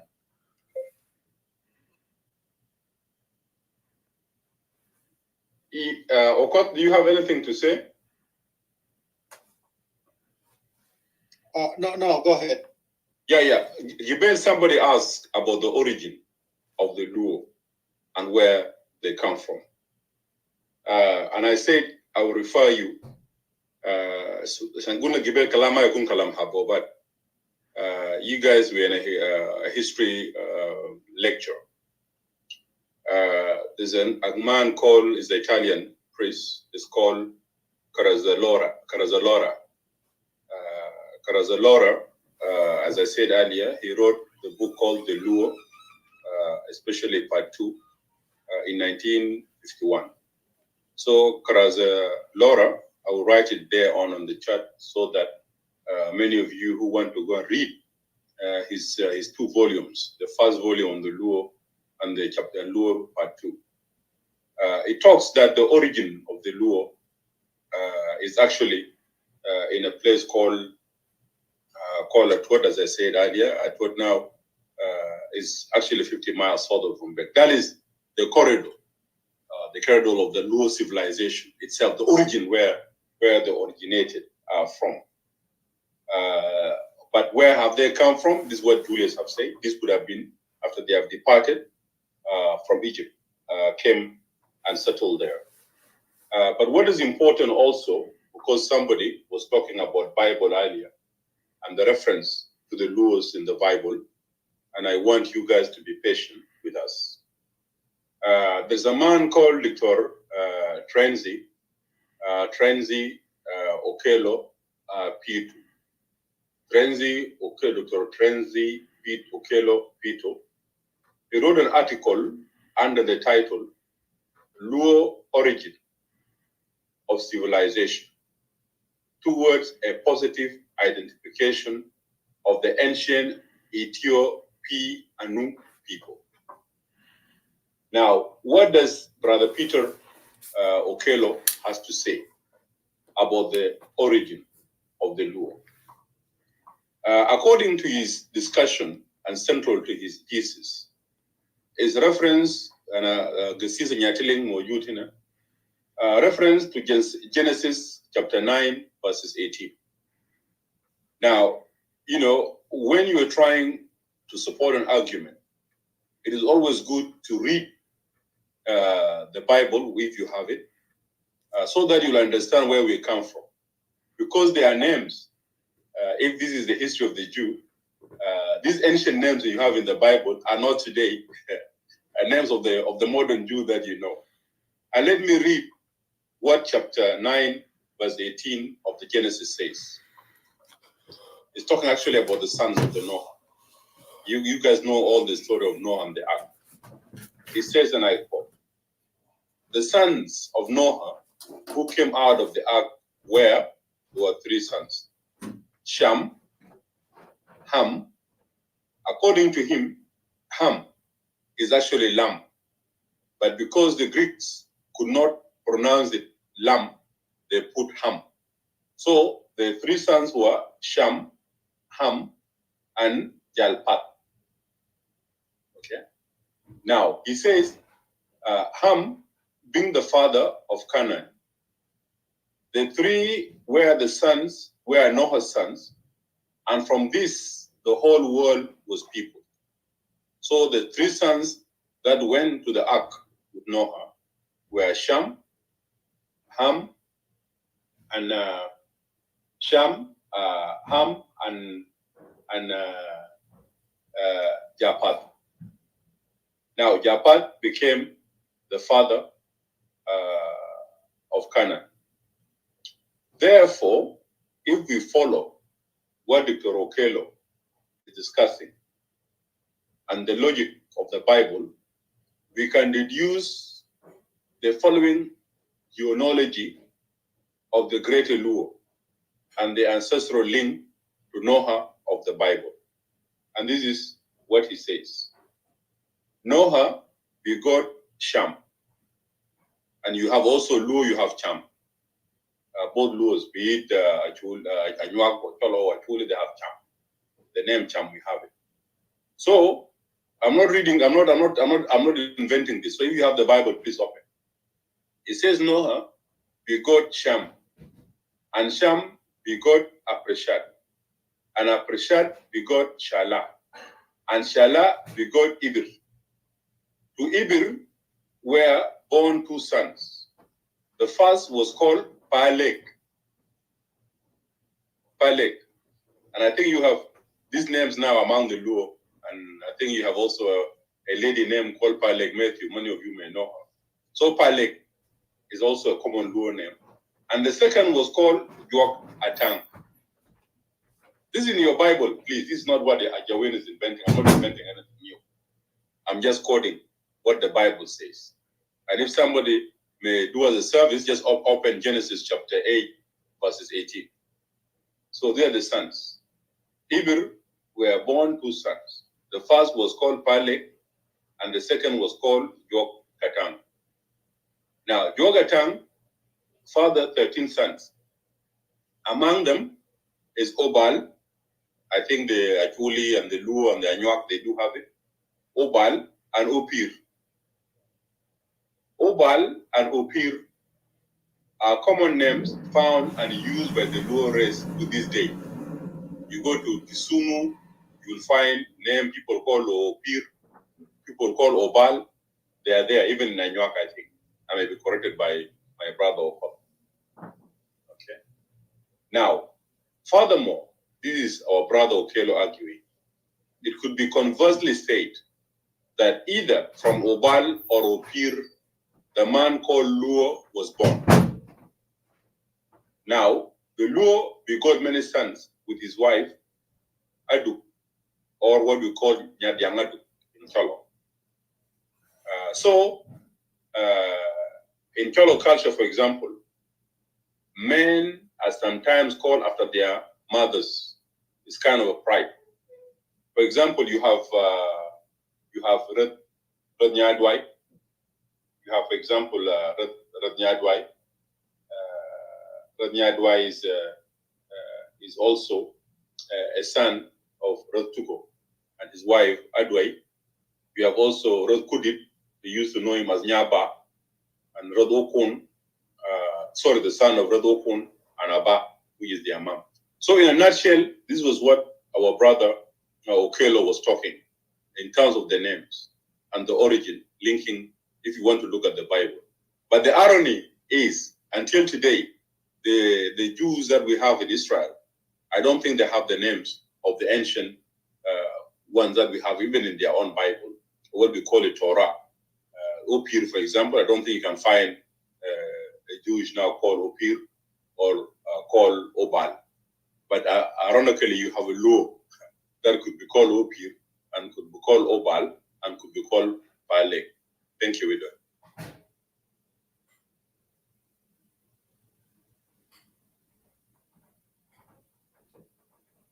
Yeah, Edward, I'm finished, so I don't know if anybody wants to take on. Ambassador Emmanuel, I'm at work. If I just come up briefly, Totally. Come in. Yeah, I greet all of you. I greet South Sudanese town.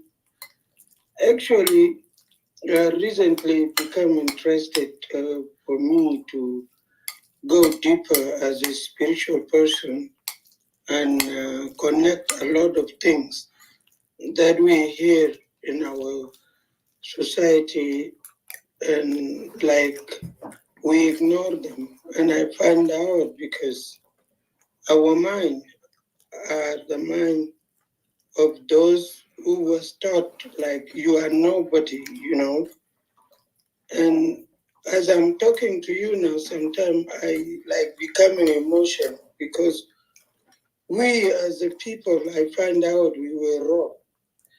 يعني سرقونا وخلونا نحسوا بنفوسنا كانوا احنا ما عندنا حاجة to offer. And that's why I get in a lot of fight or argument with the theology or those pastors in our country nowadays. Like they see me, how come you are a pastor and you're talking about the kingdoms and defending the Bible and all these things, but the Bible says you shall know the truth and truth will set you free. Like now, you guys talking here, and I believe because our mind is captured with all this hatred among our tribes. A lot of people will not capture what you guys are saying. They will take a bad side, like, oh, look, people now, they try to talk about their culture and they just creating things, but that is not true. Our problem is we don't read. And when you find something, somebody is talking, you should challenge that with going and do the research. And that's what I did. And I'm very grateful about Clubhouse, by the way. It's been 3 years I'm here, and I'm just discovering a lot of hidden things that was hidden for us, and they created in us a low self-esteem. يعني من شدة ما استعمروك بقيت ذاتك ما بتؤمن ولا بتشوف لنفسك إنه أنت ممكن تعمل حاجة. Now, when I talk to fellow people, I say it pained me when I find out that my ancestors Luma Jududi كانوا في قصر بتاع فرعون, and nobody told me that. As somebody studied in Egypt, I was majoring in philosophy and sociology before I went to study theology. Even there was some stuff that I find in second year in college in Alexandria. When I took ancient Egypt history, they mentioned like this Ambassador Emmanuel and Junubin and Garin في لما أخذنا فصل اللي بيتكلم عن أدوات المنزلية عند الفراعنة,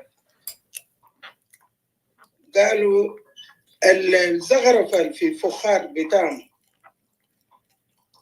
قواد موغا ينكم كومتر كي ندا شفتها. قال Egyptian طبعا ذكروا هناك دكتورة نبيلة واحدة كده يا كان قاعد تدرسنا, ذكروا هناك قال Egyptian adopt arts الفن بتاع الفخار ده من قبائل بتاع الشلوك والنوير والدنكا. في جامعة أنا أخذتها كده, لكن it didn't click in my mind like nowadays when I start doing research إنه ده بيعمل لينك لحضارة ذاته اللي كان في وادي النيل اللي نايل بالي ده, إنه جدودي ياو كانوا هناك. هذا مؤسف شديد. And we are listening here now. We will take this lightly because نحن ما بنؤمن بنفوسنا وما عندنا ثقة في نفوسنا, and we are not seeing it إنه ده جريمة أصلاً ارتكب على حسابنا كبشر. I want to prove everybody here. When you go to the Bible, جبال نادي ذكر كلام ده بتاع في Second King,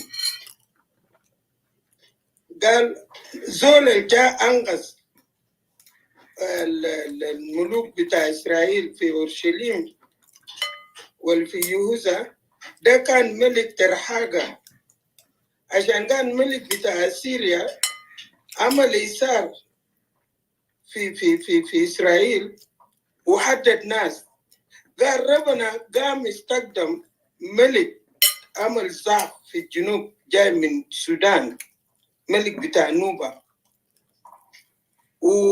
وجاي بجيش كتير طبعا كوش يا ذاته بنادو بحبشة كمان في ancient days. So ملك ترحاجة له جد بتاع نوبيان ده في second king لو في زول داير يقرا بعدين ملوك الثاني أساء 19 من عدد 9 قال وسمع أن ترحاجة ملك الكوش قولا قد خرج ليحاربك فعاد وأرسل الرسل إلى أزغياء غائلا هكذا تكلمون أزغياء ملك يهوذا قائلين لا يخدعك إلهك الذي أنت متكل عليه غائلا لا تدفع أورشليم إلى يد ملك أشور اللي هو سوريا. ده منو لانغاز أورشليم ده ملك جاي من السودان وربنا يستخدم ملك ده. Now, when you come, when ربنا كلم إبراهيم قال أنا أبدأ أحد بتاعي بك في نسلك أنت. Now we're taking this thing and nobody is seeing sensitivity of it. وكده ده أبراهيم عنده جنب بتاعه. ربنا قال له أنت أتكون عندك عيال ويالك عدد بتاع ما بقدر يحسبه ويمشوا يقعدوا يتغربوا في بلد غريب اللي نايل فالي في ancient Egypt ويقعدوا هناك 430 سنة and then from that I will call them. Now ربنا ائتمن ملوك أو أهلنا اللي كانوا في نايل فالي إنه يكونوا النسل اللي هو يعمل أحد معهم اللي هو لما يوسف أخوانه باعوا برا بعد 17 سنة أصل ما جاء وبيت بتاع جوكب جاء وهم كانوا كم 70 نفر قعدوا في مصر 430 سنة يعني حتى لما موسى نادوا لما تمشي تقرأ هناك بقول موسى كان يتربى في بيت بتاع فرعون قالوا يتشبع بعلم بتاع ناس ده يعني موسى لما جاء طلع الناس كان ربه أهلنا بعلوم اللي كانوا في ancient Egypt. Now أندر نقرب لكم في قبيلة بتاع الشولو أجاد اللي بنعملوا كتير في مملكة كتير بتلقاو نفس النظام ده أو في لابتكس وتسمية هنا شنو بيقول قال أجادنا دير زي أجاد بتاع ناس يهود but statement ده غلط ناس يهود يشالوا عادات بتاعنا لأنهم كان قاعدين في ancient Egypt قبل ما يطلعون so ده حتى اللي أنا كنت داير نجي نضيفه الواضح في بايبل وما في زول فاضله وبيسمونا إنه ناس ما فاهمين ناس بتاع دجل وناس شعوذة ولا عسى تجوا الكنيسة وتكونوا انتوا كده no احنا ذاته جزء الأصيل في تكوين بتاع يهود اللي كانوا في مصر يعني ربنا ذاته اعتمن أهلنا إنه يحتضنوا أسرة بتاع جوكب الجو 70 نفر وبعد 400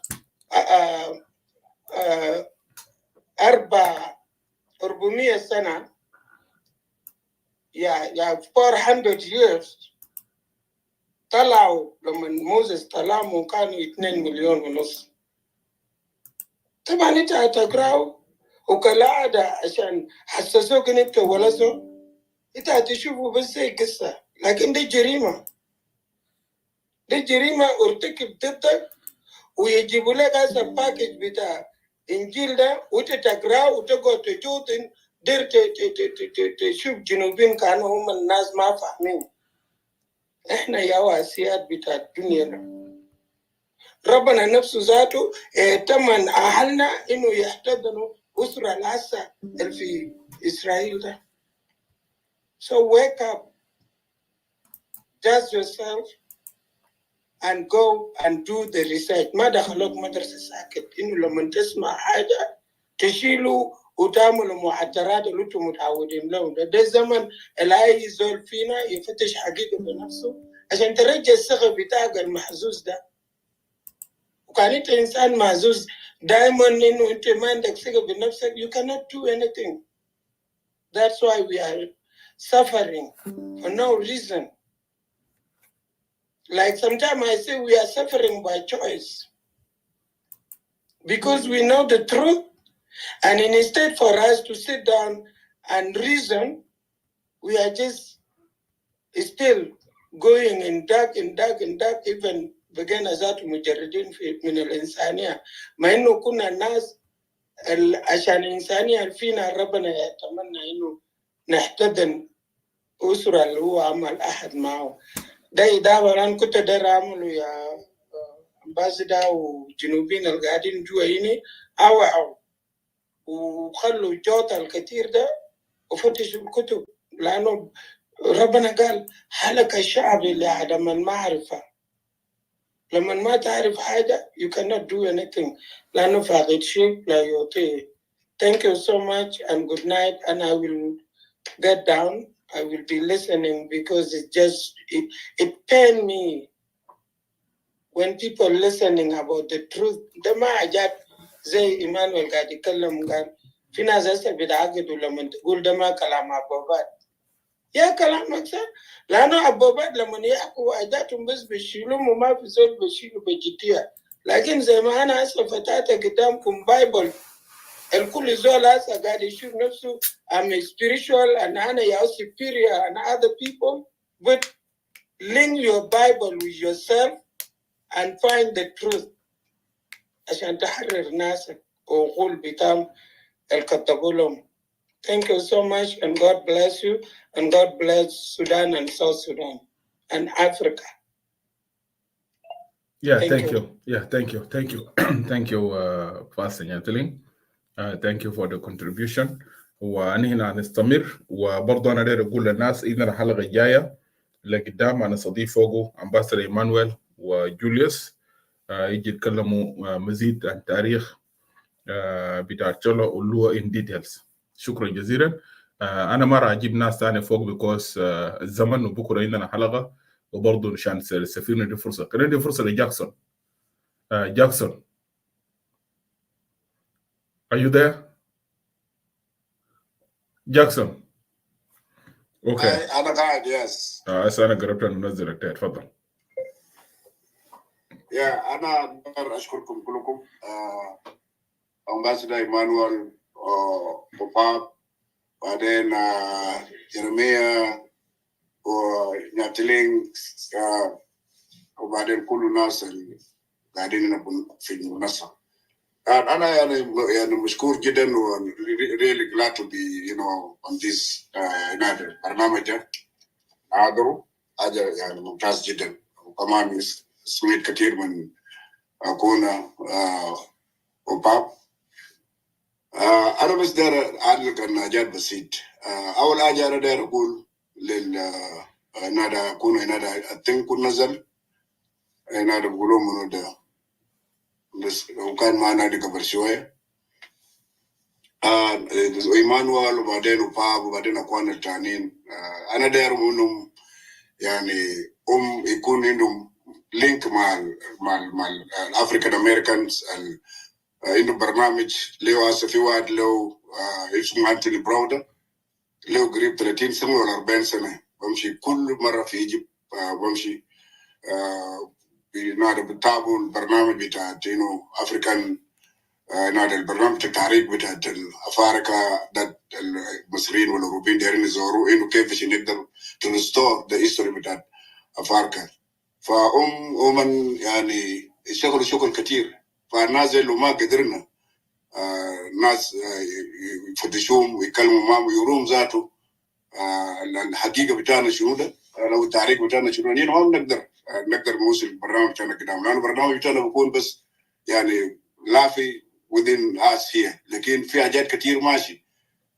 So we need to make it to link with ناس ديل ناس نادي الأمريكان أفريكان أمريكان ده، ونقدر نوصل برنامج بتاعنا نوروم كمان ذاته الناس، لأنه أسا شوف يعني ناس بقى ينوتوا السودان، جنوب السودان والسودان بنوتوا، people jump to Ethiopia, people jump to other places، والجنوبين ده ناس يعني ما بيشوفوهم، أو السودانيين بيشوفوهم ذاتهم ما ناس التاريخ، هم ما ناس اللي أسسوا الحضارات المصرية.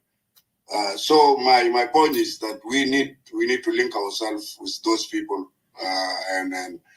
and try to work with them together عشان نقدر نروم منين جاي من وين ونين الناس منودا, and why we are also so important in that region. تاني أنا بقول للأخوان والإخوات اللي دائما بيأخذوا حاجات the negative way, when the Luo come and talk here, they always look at us like we're so proud. We always believe in illusions, and we always point ourselves like we are more superior or we are more knowledgeable than others. That's not the point. The point is we just need to show the world that we are also part of civilization. We are the role. We play a big role in those civilizations, and not only the Luo, the whole Nilotic.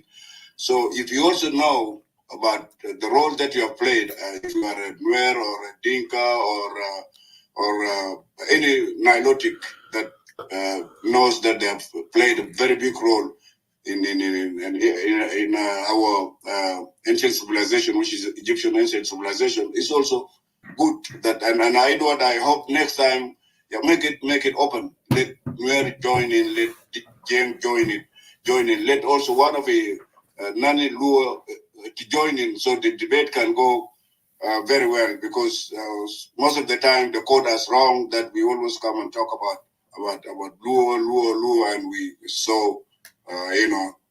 we try to put ourselves like we are everything in South Sudan, which is I don't see it as it is true. There's the things that Edward point the ambassador point out قبل شوية لما كان قاعد يتكلم يا ده الحقائق كله, لأنه أنت لما تتكلم ما تكونش في الحاجات الحضارية المصرية والمماليك المصرية أشور مكتوب هناك أشور, لكن ده أشور لأنه they don't know how to write the spelling أو pronunciation غلط. أشور هو أشور, ده أشور إننا هناك أصلا إن في واو في برخزال إننا أشور ده مش أي ملف أشور جاي من كلمة أشور, وتجد للمهد مات. أنا عندي أمي اسمه مات وات نو, يعني is أبو نو أنا جدو نو وجدو تاني مهد, ده كله ده يال بتاعت نو connected مع نو مات, and then a no ده كله يال كل ناس connected مع نو. وأنين لما نقول نو ومات أجادا we actually نازل أنا بقول ده ما يكونكشن مع المدينة ولا شافوا مدينة قبل كده ولا إنما علاقة بالمسيحية. ده الناس بتاعت بلد. أوكي أنا لما بمشي بلد بلقاهم في بلد هناك. ناس بتاعنا في ناس لو في غرب باركزال أو باركزال الكبرى زمان كان بيخافوا من الإنجليز, بيخافوا من الخواجات, لأنه حاجات اللي هم نعملوا لينا في مصر وجينا الخرطوم ومن الخرطوم جينا لجنوب كان بيخافوا من زول أبيض. They don't trust white people. ومن بقولوا قاعدين في مناطقهم بزرعوا, they look after them, and they didn't want to connect with the white people. Even في باركزال بالنسبة لنا education was by force. They used to force our people from the village to bring them to town to go to school, because nobody wanted to come to town or to يعني الزور اللي كان they didn't trust Jalaba, they didn't even trust English, the white people. They were just to themselves. Lana Jadal Katiruman Shafo, they just want to be by themselves. And they were self-sufficient. Nas kaninum ajat katiri num kan dakatra baram for balinak lo zola yan man be aliju lo shunu they were nas kaninum yani experience and women they acquired from their ancestors. Fi ajat katiri man arfin atalan zaman that English were going after them, killing them. لما يلقى زول يا اخي قال دكتور بعمل عمليه جراحي كيف زول ما مشى مدرسه ما بعرف يكتب كيف يعمل عمليه جراحي. For the moment بشوف ده حاجه impossible. انا شفته بيني يا ادوارد امباسدور انا بيني انا شفته في 2000 قريب ده بس في 2001 لما واحد ضربه في راسه بتلقى وناس ام اس اف وبعدين نادى من ومن شافوا انه ولدك لو عملوا عمليه وتلقى في راسه لو عملوا عمليه بموت. قال له يودي نيروبي لما الكابتن جاء طيار جاء بتاع ويل فوت قال لك يو كانت تكم زول بموت في طياره. So Abu Gal Tebe Jaman Shuru to Madarita Leju, Padamula Malayan Bumut, you do not rob as a tire of a Tama Shiru Mutfo. Gale Elias, why General Elias Walkan commander Tadina or Barkazan. Gale Elias Yakaduni Jananum to the Defun, Talama to Magadri Tamuraja. Aduni Elias got a job, Mother Fugala to Labu, Kalimchi Defun, Taraduma Gadrin to Taliju. Zola Charlo or the bullet. Finapsil evening the Amula Malay. Nasbalet amula mele finance exciting people who are professional then شغل بتاعهم بس وراسه ما بعرف يكتب لكن وراسه من اب من جد للولد يعني بس بسلسل مش عمل عمليه طلقه راس الولد. يوم الثاني ناس جا لإلياس قال لك ولد عمل له عمليه مبارك وطلقه مراسه واسه قاعد يشرب مديده it's okay. إلياس didn't believe مش رسل ساكا قالهم يشوفوا ناس يشوفوا زول الكلام ده عمليه ده نجا زول قاعد عايش ما مش اللي هو فعلا زول قاعد عمليه عملوه وقت ما ولا بنسلين ولا ولا بس البلد ما في حاجه قاعد بيعمل هنا توتنس ولا بيعمل شنو ما في كتب بس اجت البلد ولا تبقى كويس. إلياس جا شوف زول انتوا كنتوا ما قادرين تعملوا عمليه ده يا ناس الناس بلد local people who doesn't know how to read and write so ده الاجار الانجليز كان ما داير ودي الكواجر كان ما داير فنين we were targeted من مش مناسب for a very long time. The low people were targeted by the سياسات بالله البريطانيين والأوروبيين كانوا بيشوفوا ناس ديل فعلا نانو يعني ليبنا دور كبير في الأهرامات وفي الحضارة بتاع civilization بتاع العالم. If not, why people are behind us, chasing us all the time. Okay. المشاكل زي هنا الرئيس بتاع تنزانيا قتلوا ليه؟ أجاد ولا ملبس في أبسط شيء. في الزمن بتاعته شين تنزانيا كله ليه صمموا في حاجات كتير لانه يعني اسف في الأوروبيين they don't want the intelligence the people who are intelligent in Africa they don't want them because it is not for their interest. Asa بقى الأفارقة ذاته mentality set بقى mindset ذاته بقى الأفارقة ذاته ما دايرين their intelligence they go and destroy their own intelligence وده كان شغل بتاع الأوروبيين. Asa Solomon الأفارقة they are the one destroying their intelligence. The scientists, the people who are supposed to change the country, to make the country a better country, they are after them, kicking them out of the country, killing them, preventing them, provoking them, threatening their life. So, الأفارق أصل البرة كله خليك بس من السودان وساوث السودان البرة كله من دول أفريقيا كله it is a big number. الناس المفروض يقدروا يغيروا أفريقيا لكن ما بدهم فرصة. والمشجع السياسة ده شنو ده the same the Western world. فأنا مقصود جدا في حاجات كتير we can talk about but we cannot prove it. There's a lot of things ناس ما يقبلوا يشوفون ياك بس ده كلام بتاع إدوارد دايمون وإيمانويل ده most of the time and Jan was talk about the Luo who head up the Luo.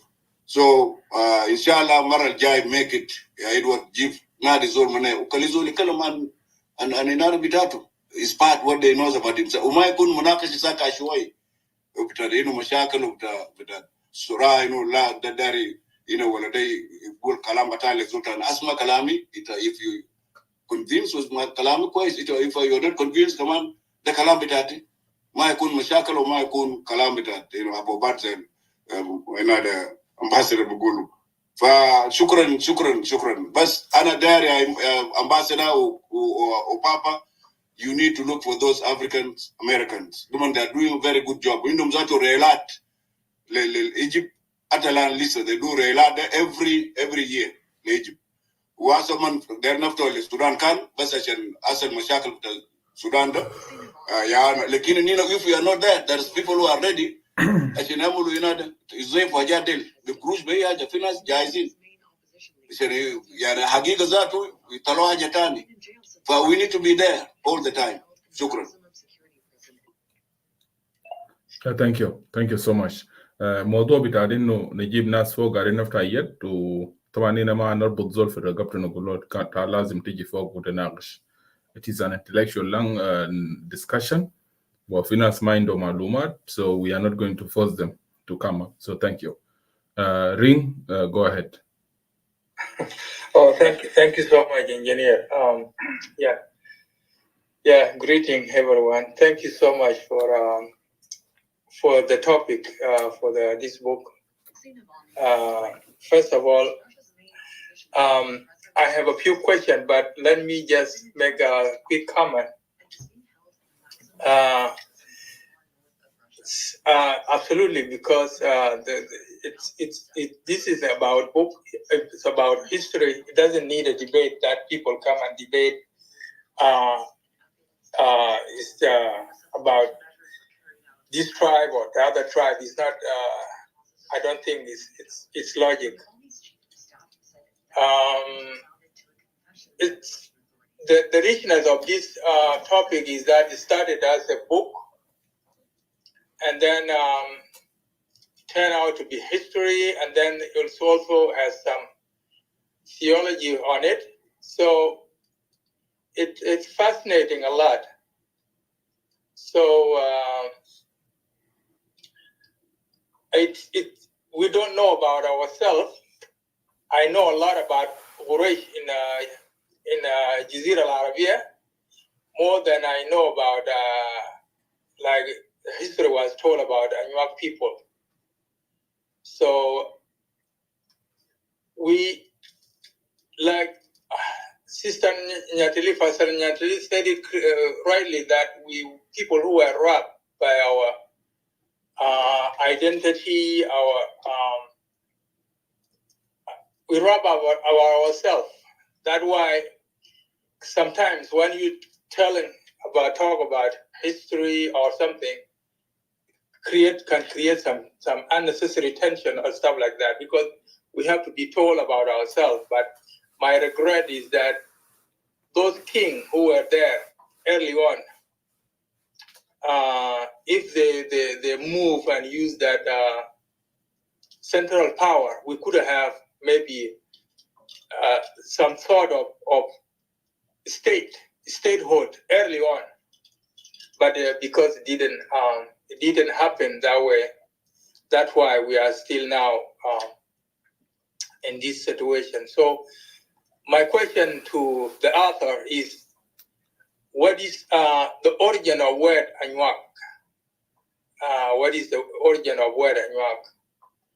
And my other question, he talked about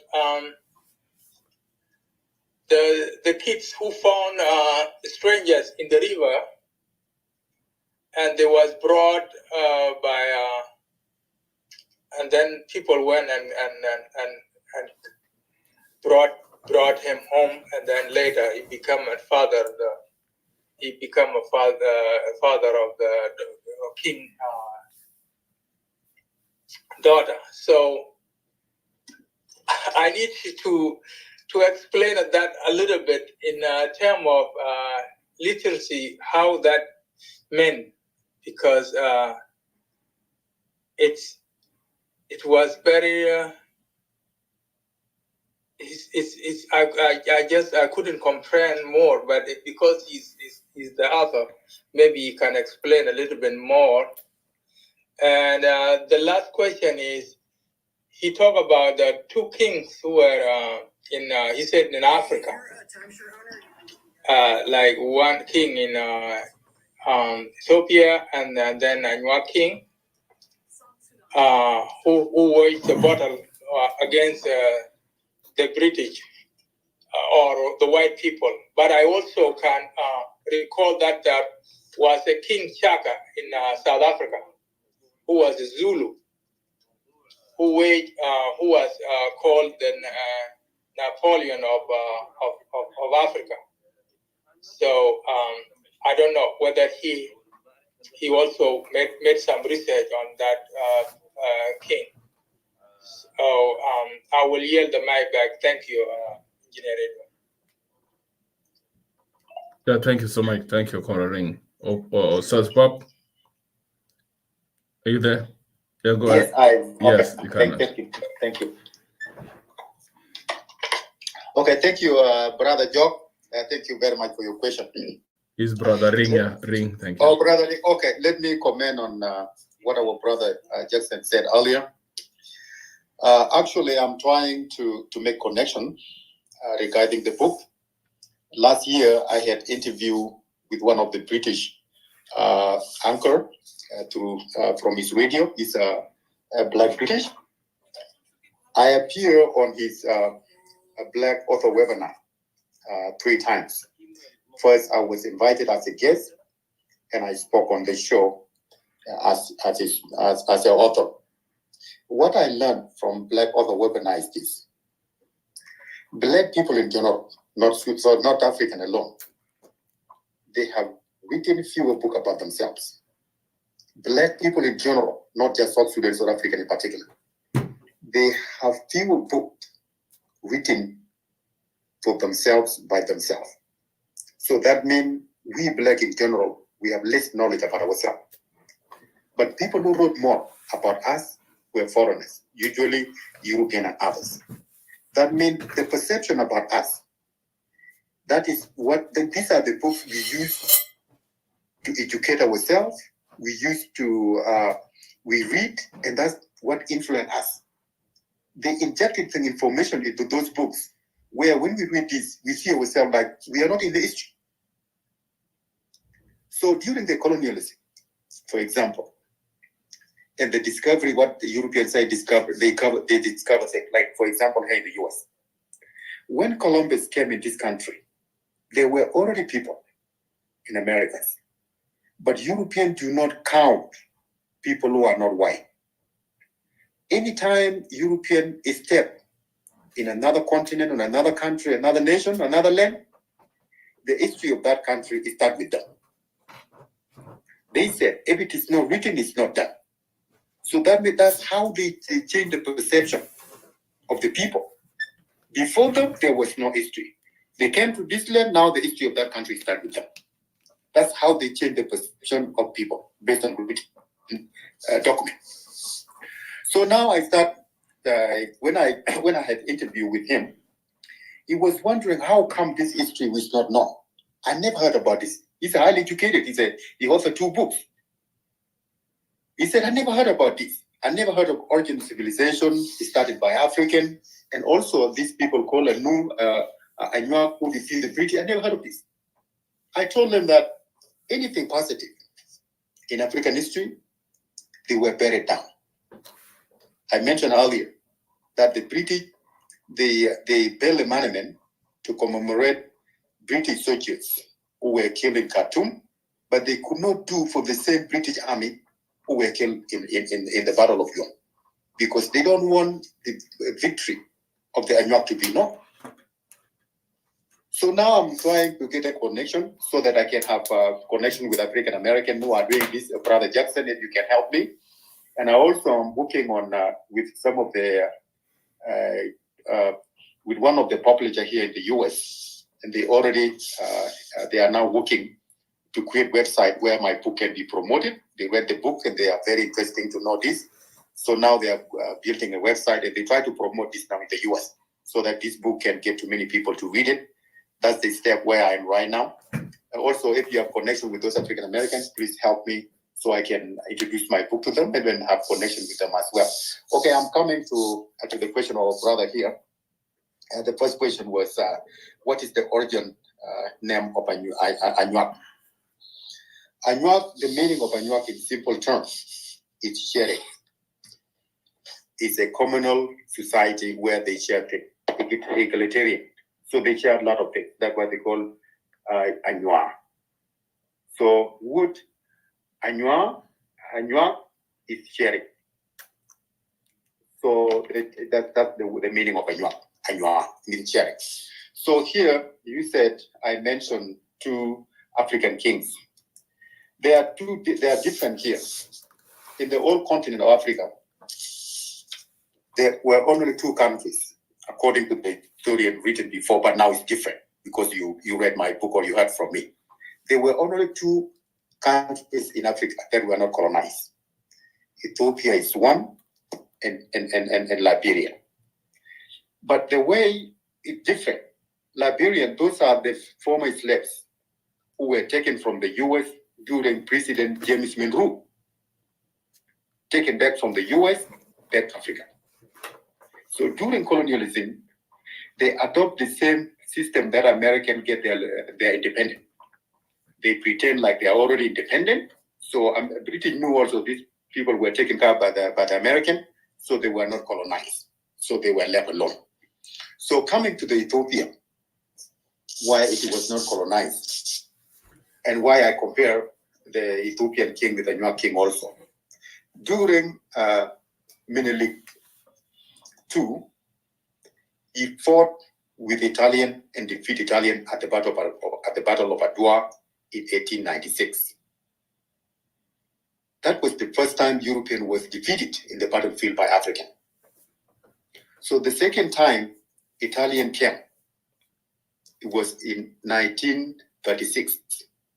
They fought with Ethiopian, and this in the second attempt they defeated Ethiopian, and Ethiopian was subdued or colonized for 5 years. However, Akwa was not colonized. They fought with the British, defeated British, and he was not even evacuated from the headquarters somewhere else for safety. British were defeated right in the battle, and they were chased back.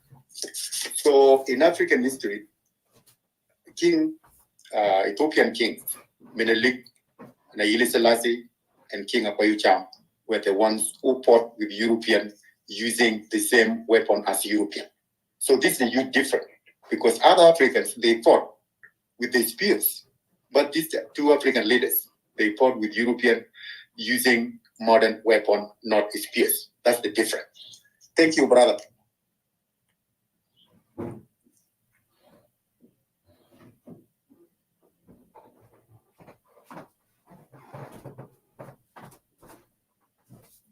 I think Okot is finished. Jeremiah can come in if it was far.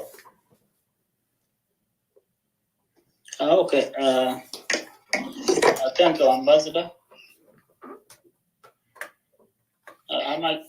Okay, thank you. Thank you, Engineer Edward Opop and Ambassador Emmanuel.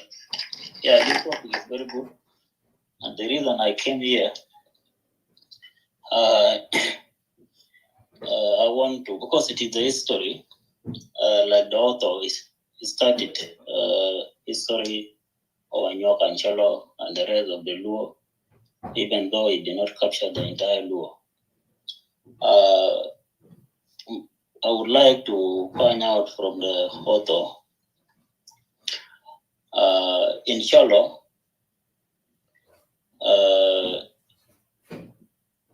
Cholo normally say the war between this history is common when we talk about the spear and beads.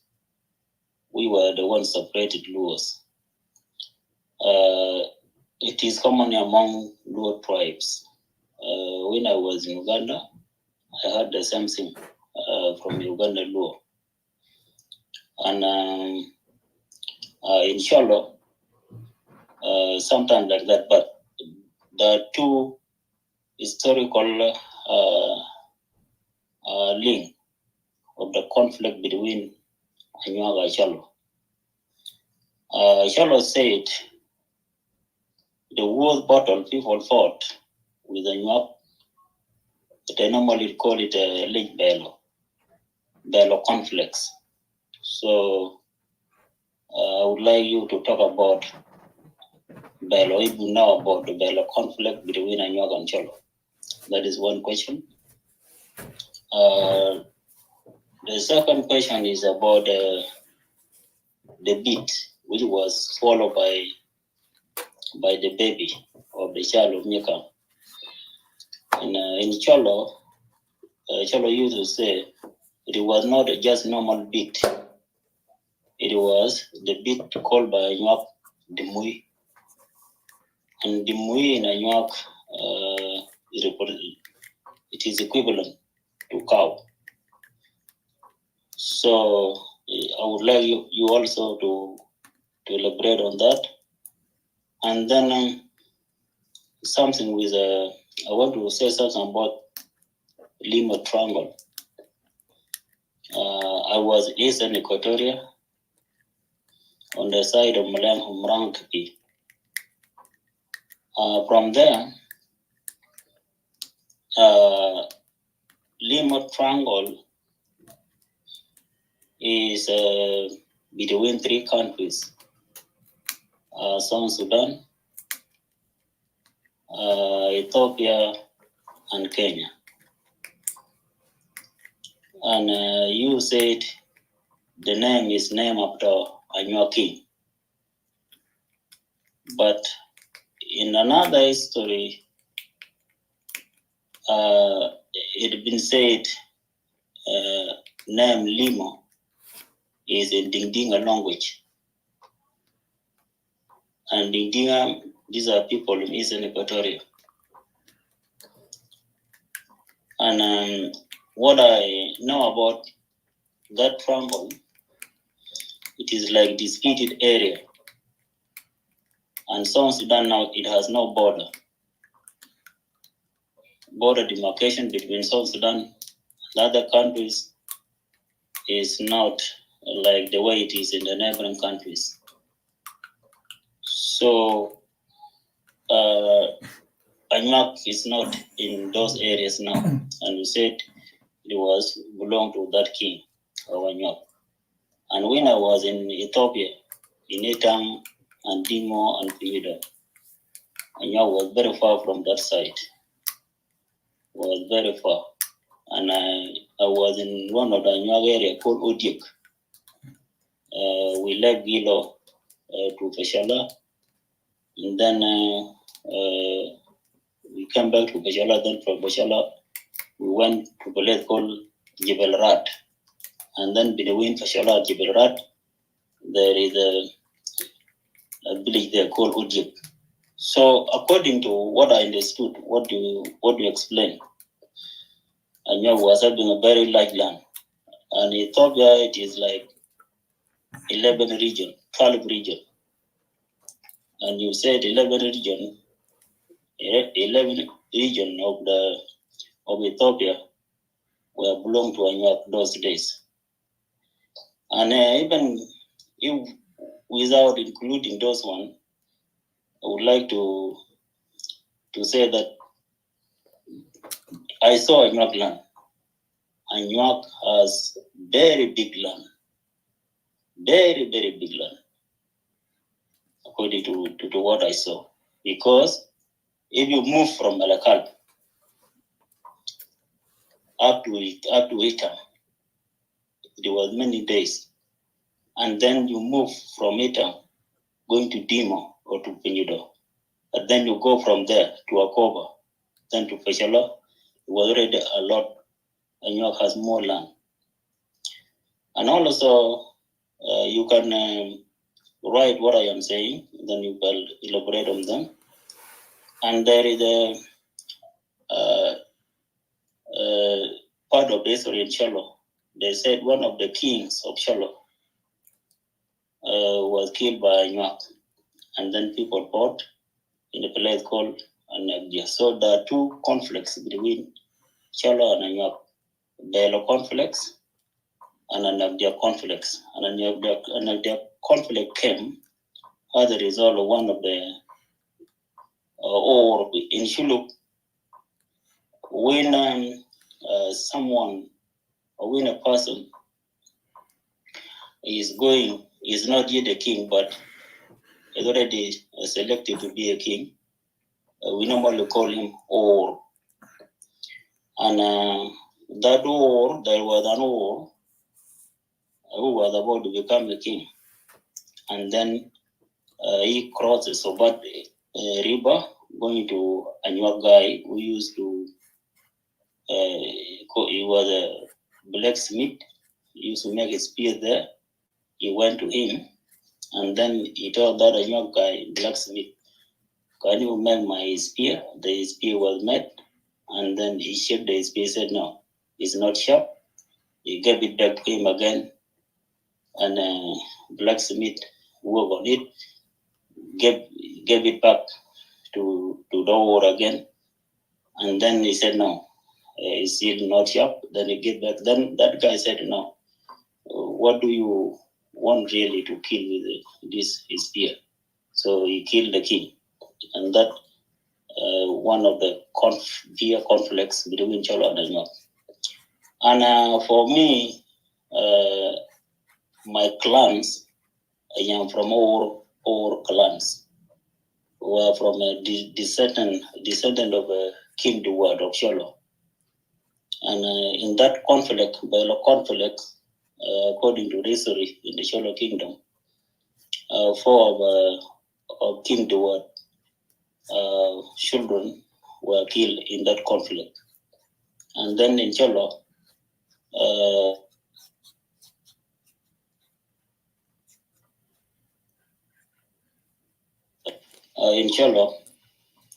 people from royal family, they don't touch the dead body, and they are not allowed them to bury the dead body.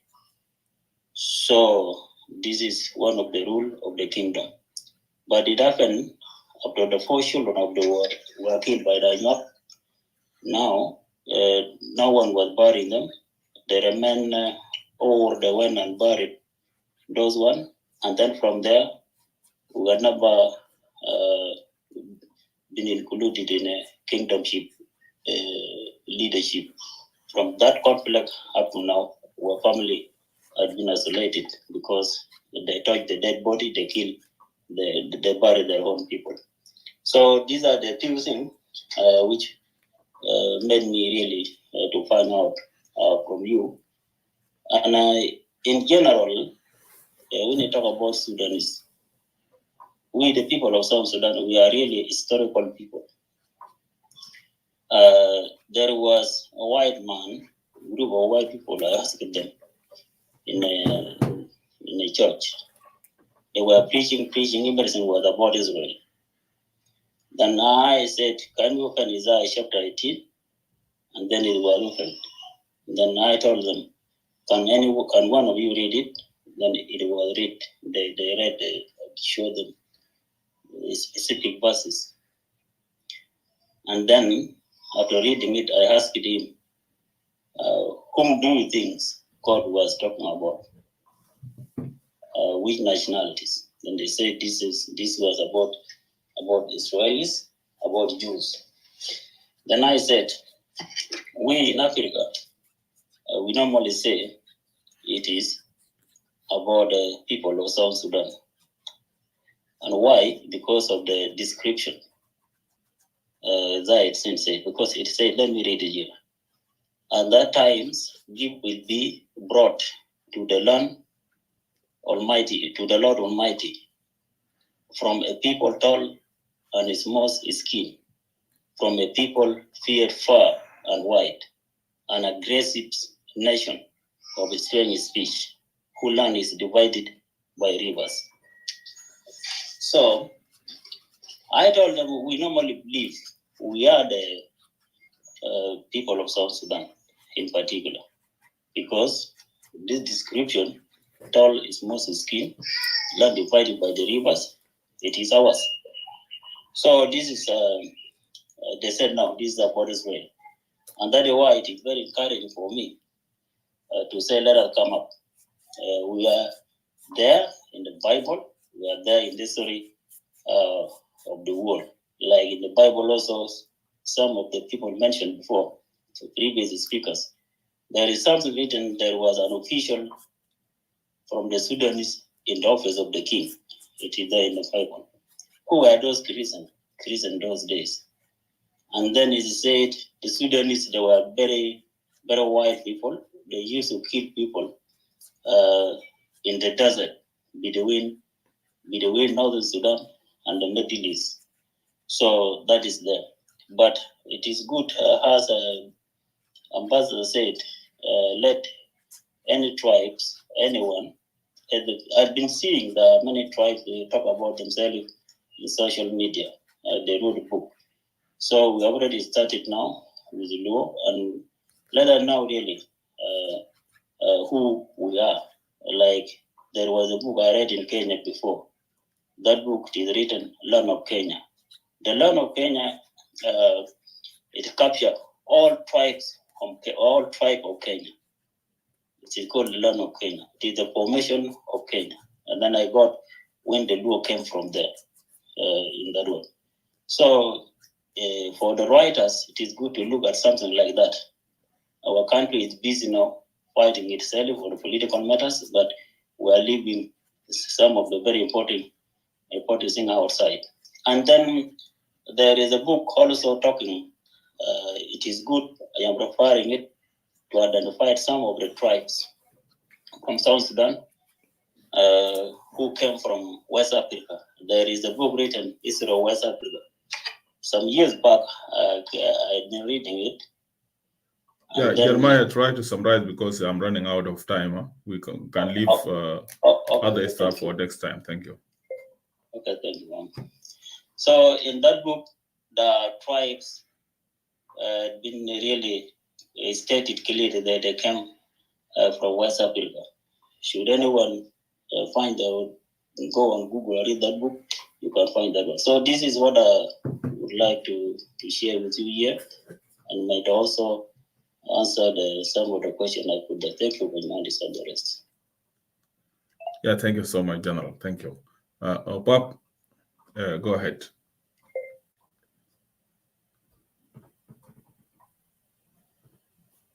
Yes, yeah. Is my voice clear, Ora? Your voice clear, yeah. Is it okay? Okay, let me answer those questions. Yeah, okay, brother. Thank you, Jeremiah. For the Anuak, let me answer 3 questions here. Anuak do not have the last question you asked, which is the son of the king they killed and buried. So Anuak remember only the war between Yikan that separated them. You also mentioned it was not just simply it could be the Mui. It could be the Mui. I cannot deny that. It could be the Mui that was swollen by a child. And the Mui, even up to this day, that's what we use for marriage. We use the Mui. And there are also different types of beat. York used them. But the one that is used for bride price is the Mui. We have Nyekang. There's a bead called Nyekang. There's another one called Dimo. These beads are dedicated to honor Nyekang, called Nyekang. That's a bead type of bead. There's also another one called Dimo. These 2 beads are dedicated to those kings by the Anuak people.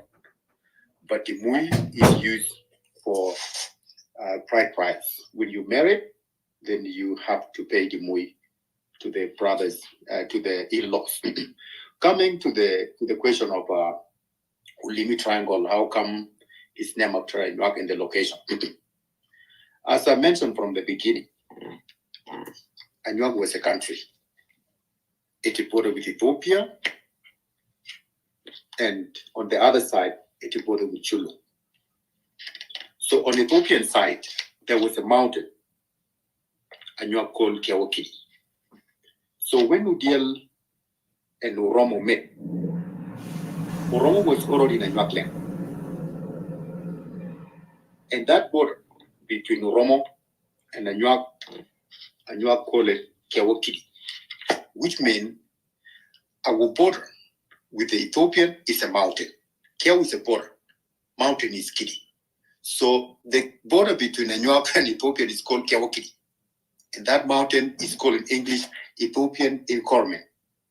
If you read book of Robert Collins and book of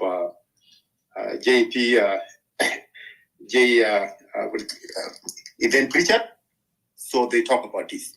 That's the border between Anyuak and Ethiopia, or between Panyua and Ethiopia. Kiawakiri is Ethiopian Incorment. So the side of Ethiopia is between Ethiopia is island, and Anyuak is lowland. So that mountain is a natural border between Ethiopia and Anyuak, which British ignored.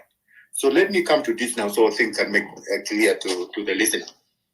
In 1936, after Italian invaded Ethiopia, because the agreement to split Anyuak kingdom was signed in 1902 between Ethiopian and the British. Now in 1936, Italian invaded Ethiopia. They are now even in Gambela. Okay? So British fear that if Italian stay here in Gambela, that means in the future they might use war. So to block or to prevent this, British came up with another agreement in 1938. That agreement is called Ulimi Triangle. Ulimi Triangle is to let all Anyuak land, despite the agreement they signed in 1902, all Anyuak land, including Kashibo and Jay, these people in Ulimi Triangle now, have to go back to them. And when you live, you said you went up to Udiep, and from Udiep you did not go to Upar, then Upar to Rat, and then Dima area. Okay? What we talk about here, Ulimi Triangle, is not far away from Dima. It's southeast of Dima.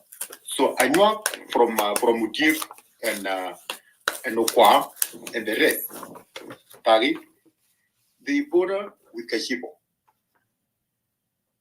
on that side.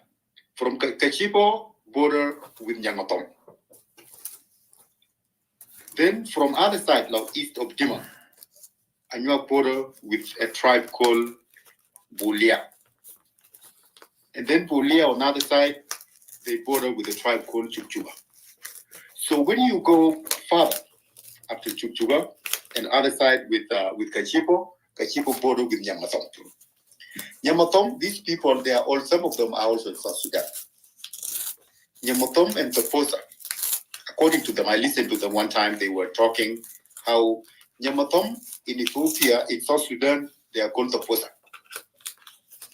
And then the same people in Kenya, they are Turkana, and then and the same people, they are called Karamaja. That's the area I'm talking about here. These people, Ulimi Triangle, or Ulimi as a king, is kingdom rich in that side. That include Boma and this area of Kachibo and this area of Kachibo and Jay.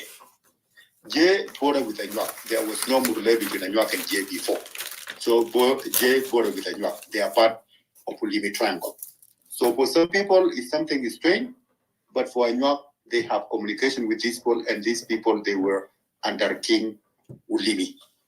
So the 1936 agreement that British signed with the Italian, it's called Italian, Anglo-Italian, about Ulimi Triangle. And it was named after Anyuak king, because it was Anyuak king. It was Anyuak land. It was Anyuak land. So the other question was the issue of spear here.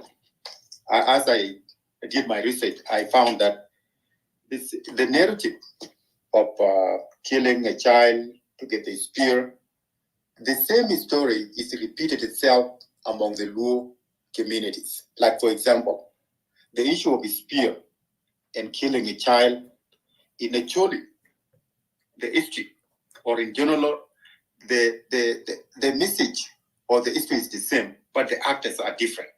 In Acholi, the history that I talk about between Cholo and Anywa in Acholi is between Tiful and Lobongo. The same story. Even when Acholi, even they went too far, they demonstrate the picture, the elephant that was speared, and then the person went after the elephant, get the spear, came back, and then the child was even, his child's stomach were dissect. Actually went too far, even to demonstrate so you can see what happened. And that was between Tiful and Lobongo, between Acholi. But the actors are different, but the history is the same. So yes, I agree. Maybe other group also they have the same story, but the actors are different, but the same message. Thank you. Back to you, moderator. Yeah, thank you so much, Jock. You came up. Actually, you are the last person. Actually, I'm giving him chance. Welcome, brother. Go ahead. Yeah, I appreciate you, Engineer Edward. My greetings to our author, Mr. Pop. I know I came late. I've been in the room, but I was really busy, and I will go back and listen to the room. My question will be very straight and easy, and I'll have short comments before I step down so you can close the room. So Pop, how can you book the access? What are the sources? Because I would love to. How are you distributing the book? Where can I find a copy for myself? And what I would like to say is just encouraging you in what you're doing. You know too well, we have been deprived from many things. Though we have very rich cultures, but our cultures haven't been written. And the accounts that are there were written by foreigners. Among the foreigners, you'll find foreigners who were honest in documenting what they have found, the people they have met, and you would find people that were prejudiced. So you have historians who were prejudiced. So they would attribute things that were, good or favorable. They would link those to, to their civilization, and anything that was maybe deemed backward would be the one that attached to the African. So what I would like to say is that we are one in essence, and the only reason that we are having these fights that we are engaged in today is that we lack knowledge of self. And why is this? This is happening because we are rejecting to humble ourselves and appreciate our kind, the African kind or the Black people. Our history is interrelated, interconnected. We are connected. We do not appreciate the African diaspora and the work that they have done. Simply, that's why you see people talking about tensions between the African American and the African who are recently arriving from the continent. Why? Because those of us who came recently from the continent are brainwashed.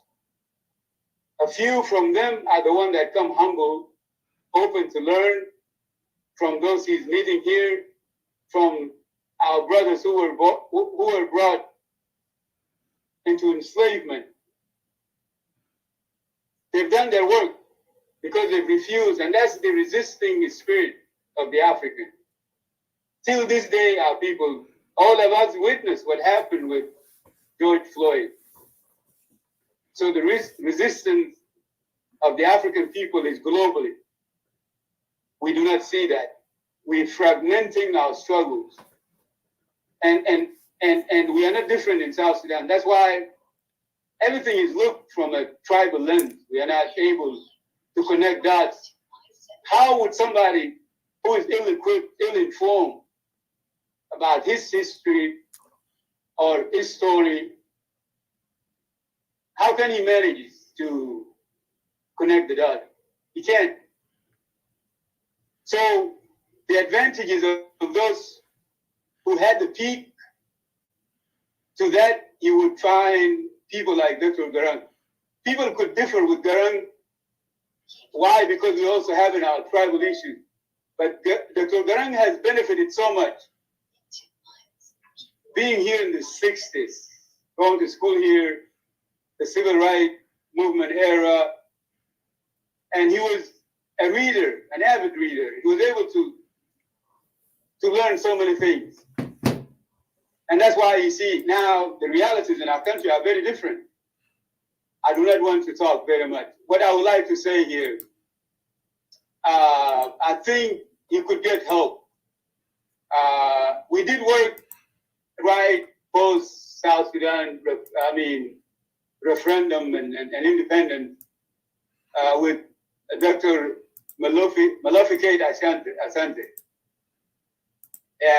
He's the head of the African American department at Temple University in Philadelphia.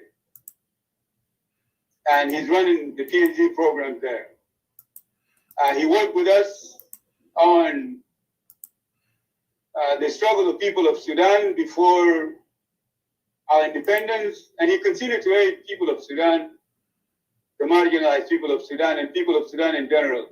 So even after our independence, we continued to work with him, and at some point he hosted the marginalized people of Sudan in Philadelphia at Temple, and now he's running an institute in Germantown in Philadelphia. I had an opportunity to go there. A friend, myself, and some other people. There was a short talk that was done at the Malofikate Asante Center in Germantown in Philadelphia. He was able to assist one of our brothers from Brunei and sign him up for graduate program, but due to the issues of of finances and our family issues, he was going through some things with his family. That brother could not continue the program, but he was encouraging him very much. So he's always interested working with the people of Sudan. And when I say Sudan, I include South Sudan, not that I disregard that we are not a country today. At some point, the whole Africa was Sudan. So what you're doing is great, and I would end with the word of Marcus Garvey saying that people without knowledge of their past history are like trees without roots. And this is the case with us in South Sudan. That's what's going on. So it's good. You're transforming our, history into a written, history instead of us just relying on oral. So I thank you. Just respond to me in that, and I'll try to get some information maybe to Engineer Edward, and he would help you. You could even write Dr. Malafi and write the center, and they will be able to respond to you and share your book with him. Many of our scholars, African scholars, I call them, they are Africans. But people that are limited and love division could limit them to being African American, but they are African scholars doing a tremendous work, and we should read for them. Our brother Jackson spoke of the work that is being done by Dr. Anthony T. Browder. He's doing a lot, and he's done a lot in the areas of Sudan. So it's good we really give ourselves a space and place. Yeah, you could look up a book called Afrocentricity for Dr. Malofikate Asante, and also look up a Nile Valley Contribution to Civilization for Dr. Anthony T. Browder. And he has, both of them, authored many books that are good for us. So it's for our room here. Everybody could grab a book for these two authors, and these two books can lead many of us to many other books for those who like to read. And And those who would choose to do that, they'll be transformed and they'll be effective and helpful to the event that are, ravaging our people in South Sudan and our people across the continent of Africa and the African people globally. Thank you. Thank you, Sister Yatsiling. It's always a blessing to listen to you and the work that you're doing. I appreciate you. I love you. Keep doing what you're doing. Thank you, Engineer Edward. Ustaz Upop, I'll get myself back to the audience state. Thank you. Okay, can you repeat the question again, please, before you go? Yeah, the question was where and how can I access your book, please? Thank you. Okay, thank you. Okay, Edward, is it my turn? Yes, sir. Yeah, okay. My book, if you're in the West here, is on Amazon with that title and some giants for to keep Africa free. For anyone who want a signed copy, I have some copy with me here. You can also you can buy from me directly, and I will sign that copy and send it to you. So it can be it is on Amazon, anywhere it can be accessed. Also, for those who are in Africa, the copies of this book are in Nairobi, and others are in Juba. So if you want to buy this book and you are in Juba, please contact Edward. I will give my information to Edward later, and then I will share it with you. So I will keep the contact of the person in Juba. He's selling them in Juba, and also other person is selling them in Nairobi, Kenya. So yeah, that's it's available anywhere. You can get hard copy. You can get soft copy as well. But only hard copy, I have them in Juba and in Nairobi. So for those who are here in the West, easy for you to access. Everywhere you are in the West, easy to access this book. And Some Giants of How to Keep Africa Free is everywhere. So also, Brother Jackson, Job. So maybe if you, Brother Edward has your number, so please let's talk offline so we can share more. Thank you. Yeah, thank you so much, Sasopap. Actually, the link is up there. I pinged the book from Amazon. Is there actually? You can get it on Amazon, and also I shared the link also on Facebook page and YouTube. Also, you can get it. So we came into the end of our program, and let me really send my apologies to those that were willing to come up and ask more questions. And already we ran out of time, but next time we are going for the second episode. Then you guys could be allowed to ask your question, come up and ask question, and continue the discussion. So Opap, it was my pleasure for you being here, and let me give you last chance to actually make your final comment. And thank you so much. Okay, thank you very much, Engineer Edward, for giving me this opportunity. So I'm glad a lot of people came to listen to me. So this book now is available anywhere. Also, please, this book, it encourages people. It encourages people to know their true history, true African history, bravery they had, and the civilization that African built from the scratch. So these things are hard to find somewhere. I did research and I put them together in one book. So now, once you buy this book, you have all the information, and this information helps you a lot. So many Western books, as I did my research, they really work hard to make sure that ancient Egyptians are not given the credit they deserve. They take away credit from this. Like, for example, in the book, the man called Manya, although he's a black, they made him white in their books. And his nose also was broken so that people cannot recognize he's a black man.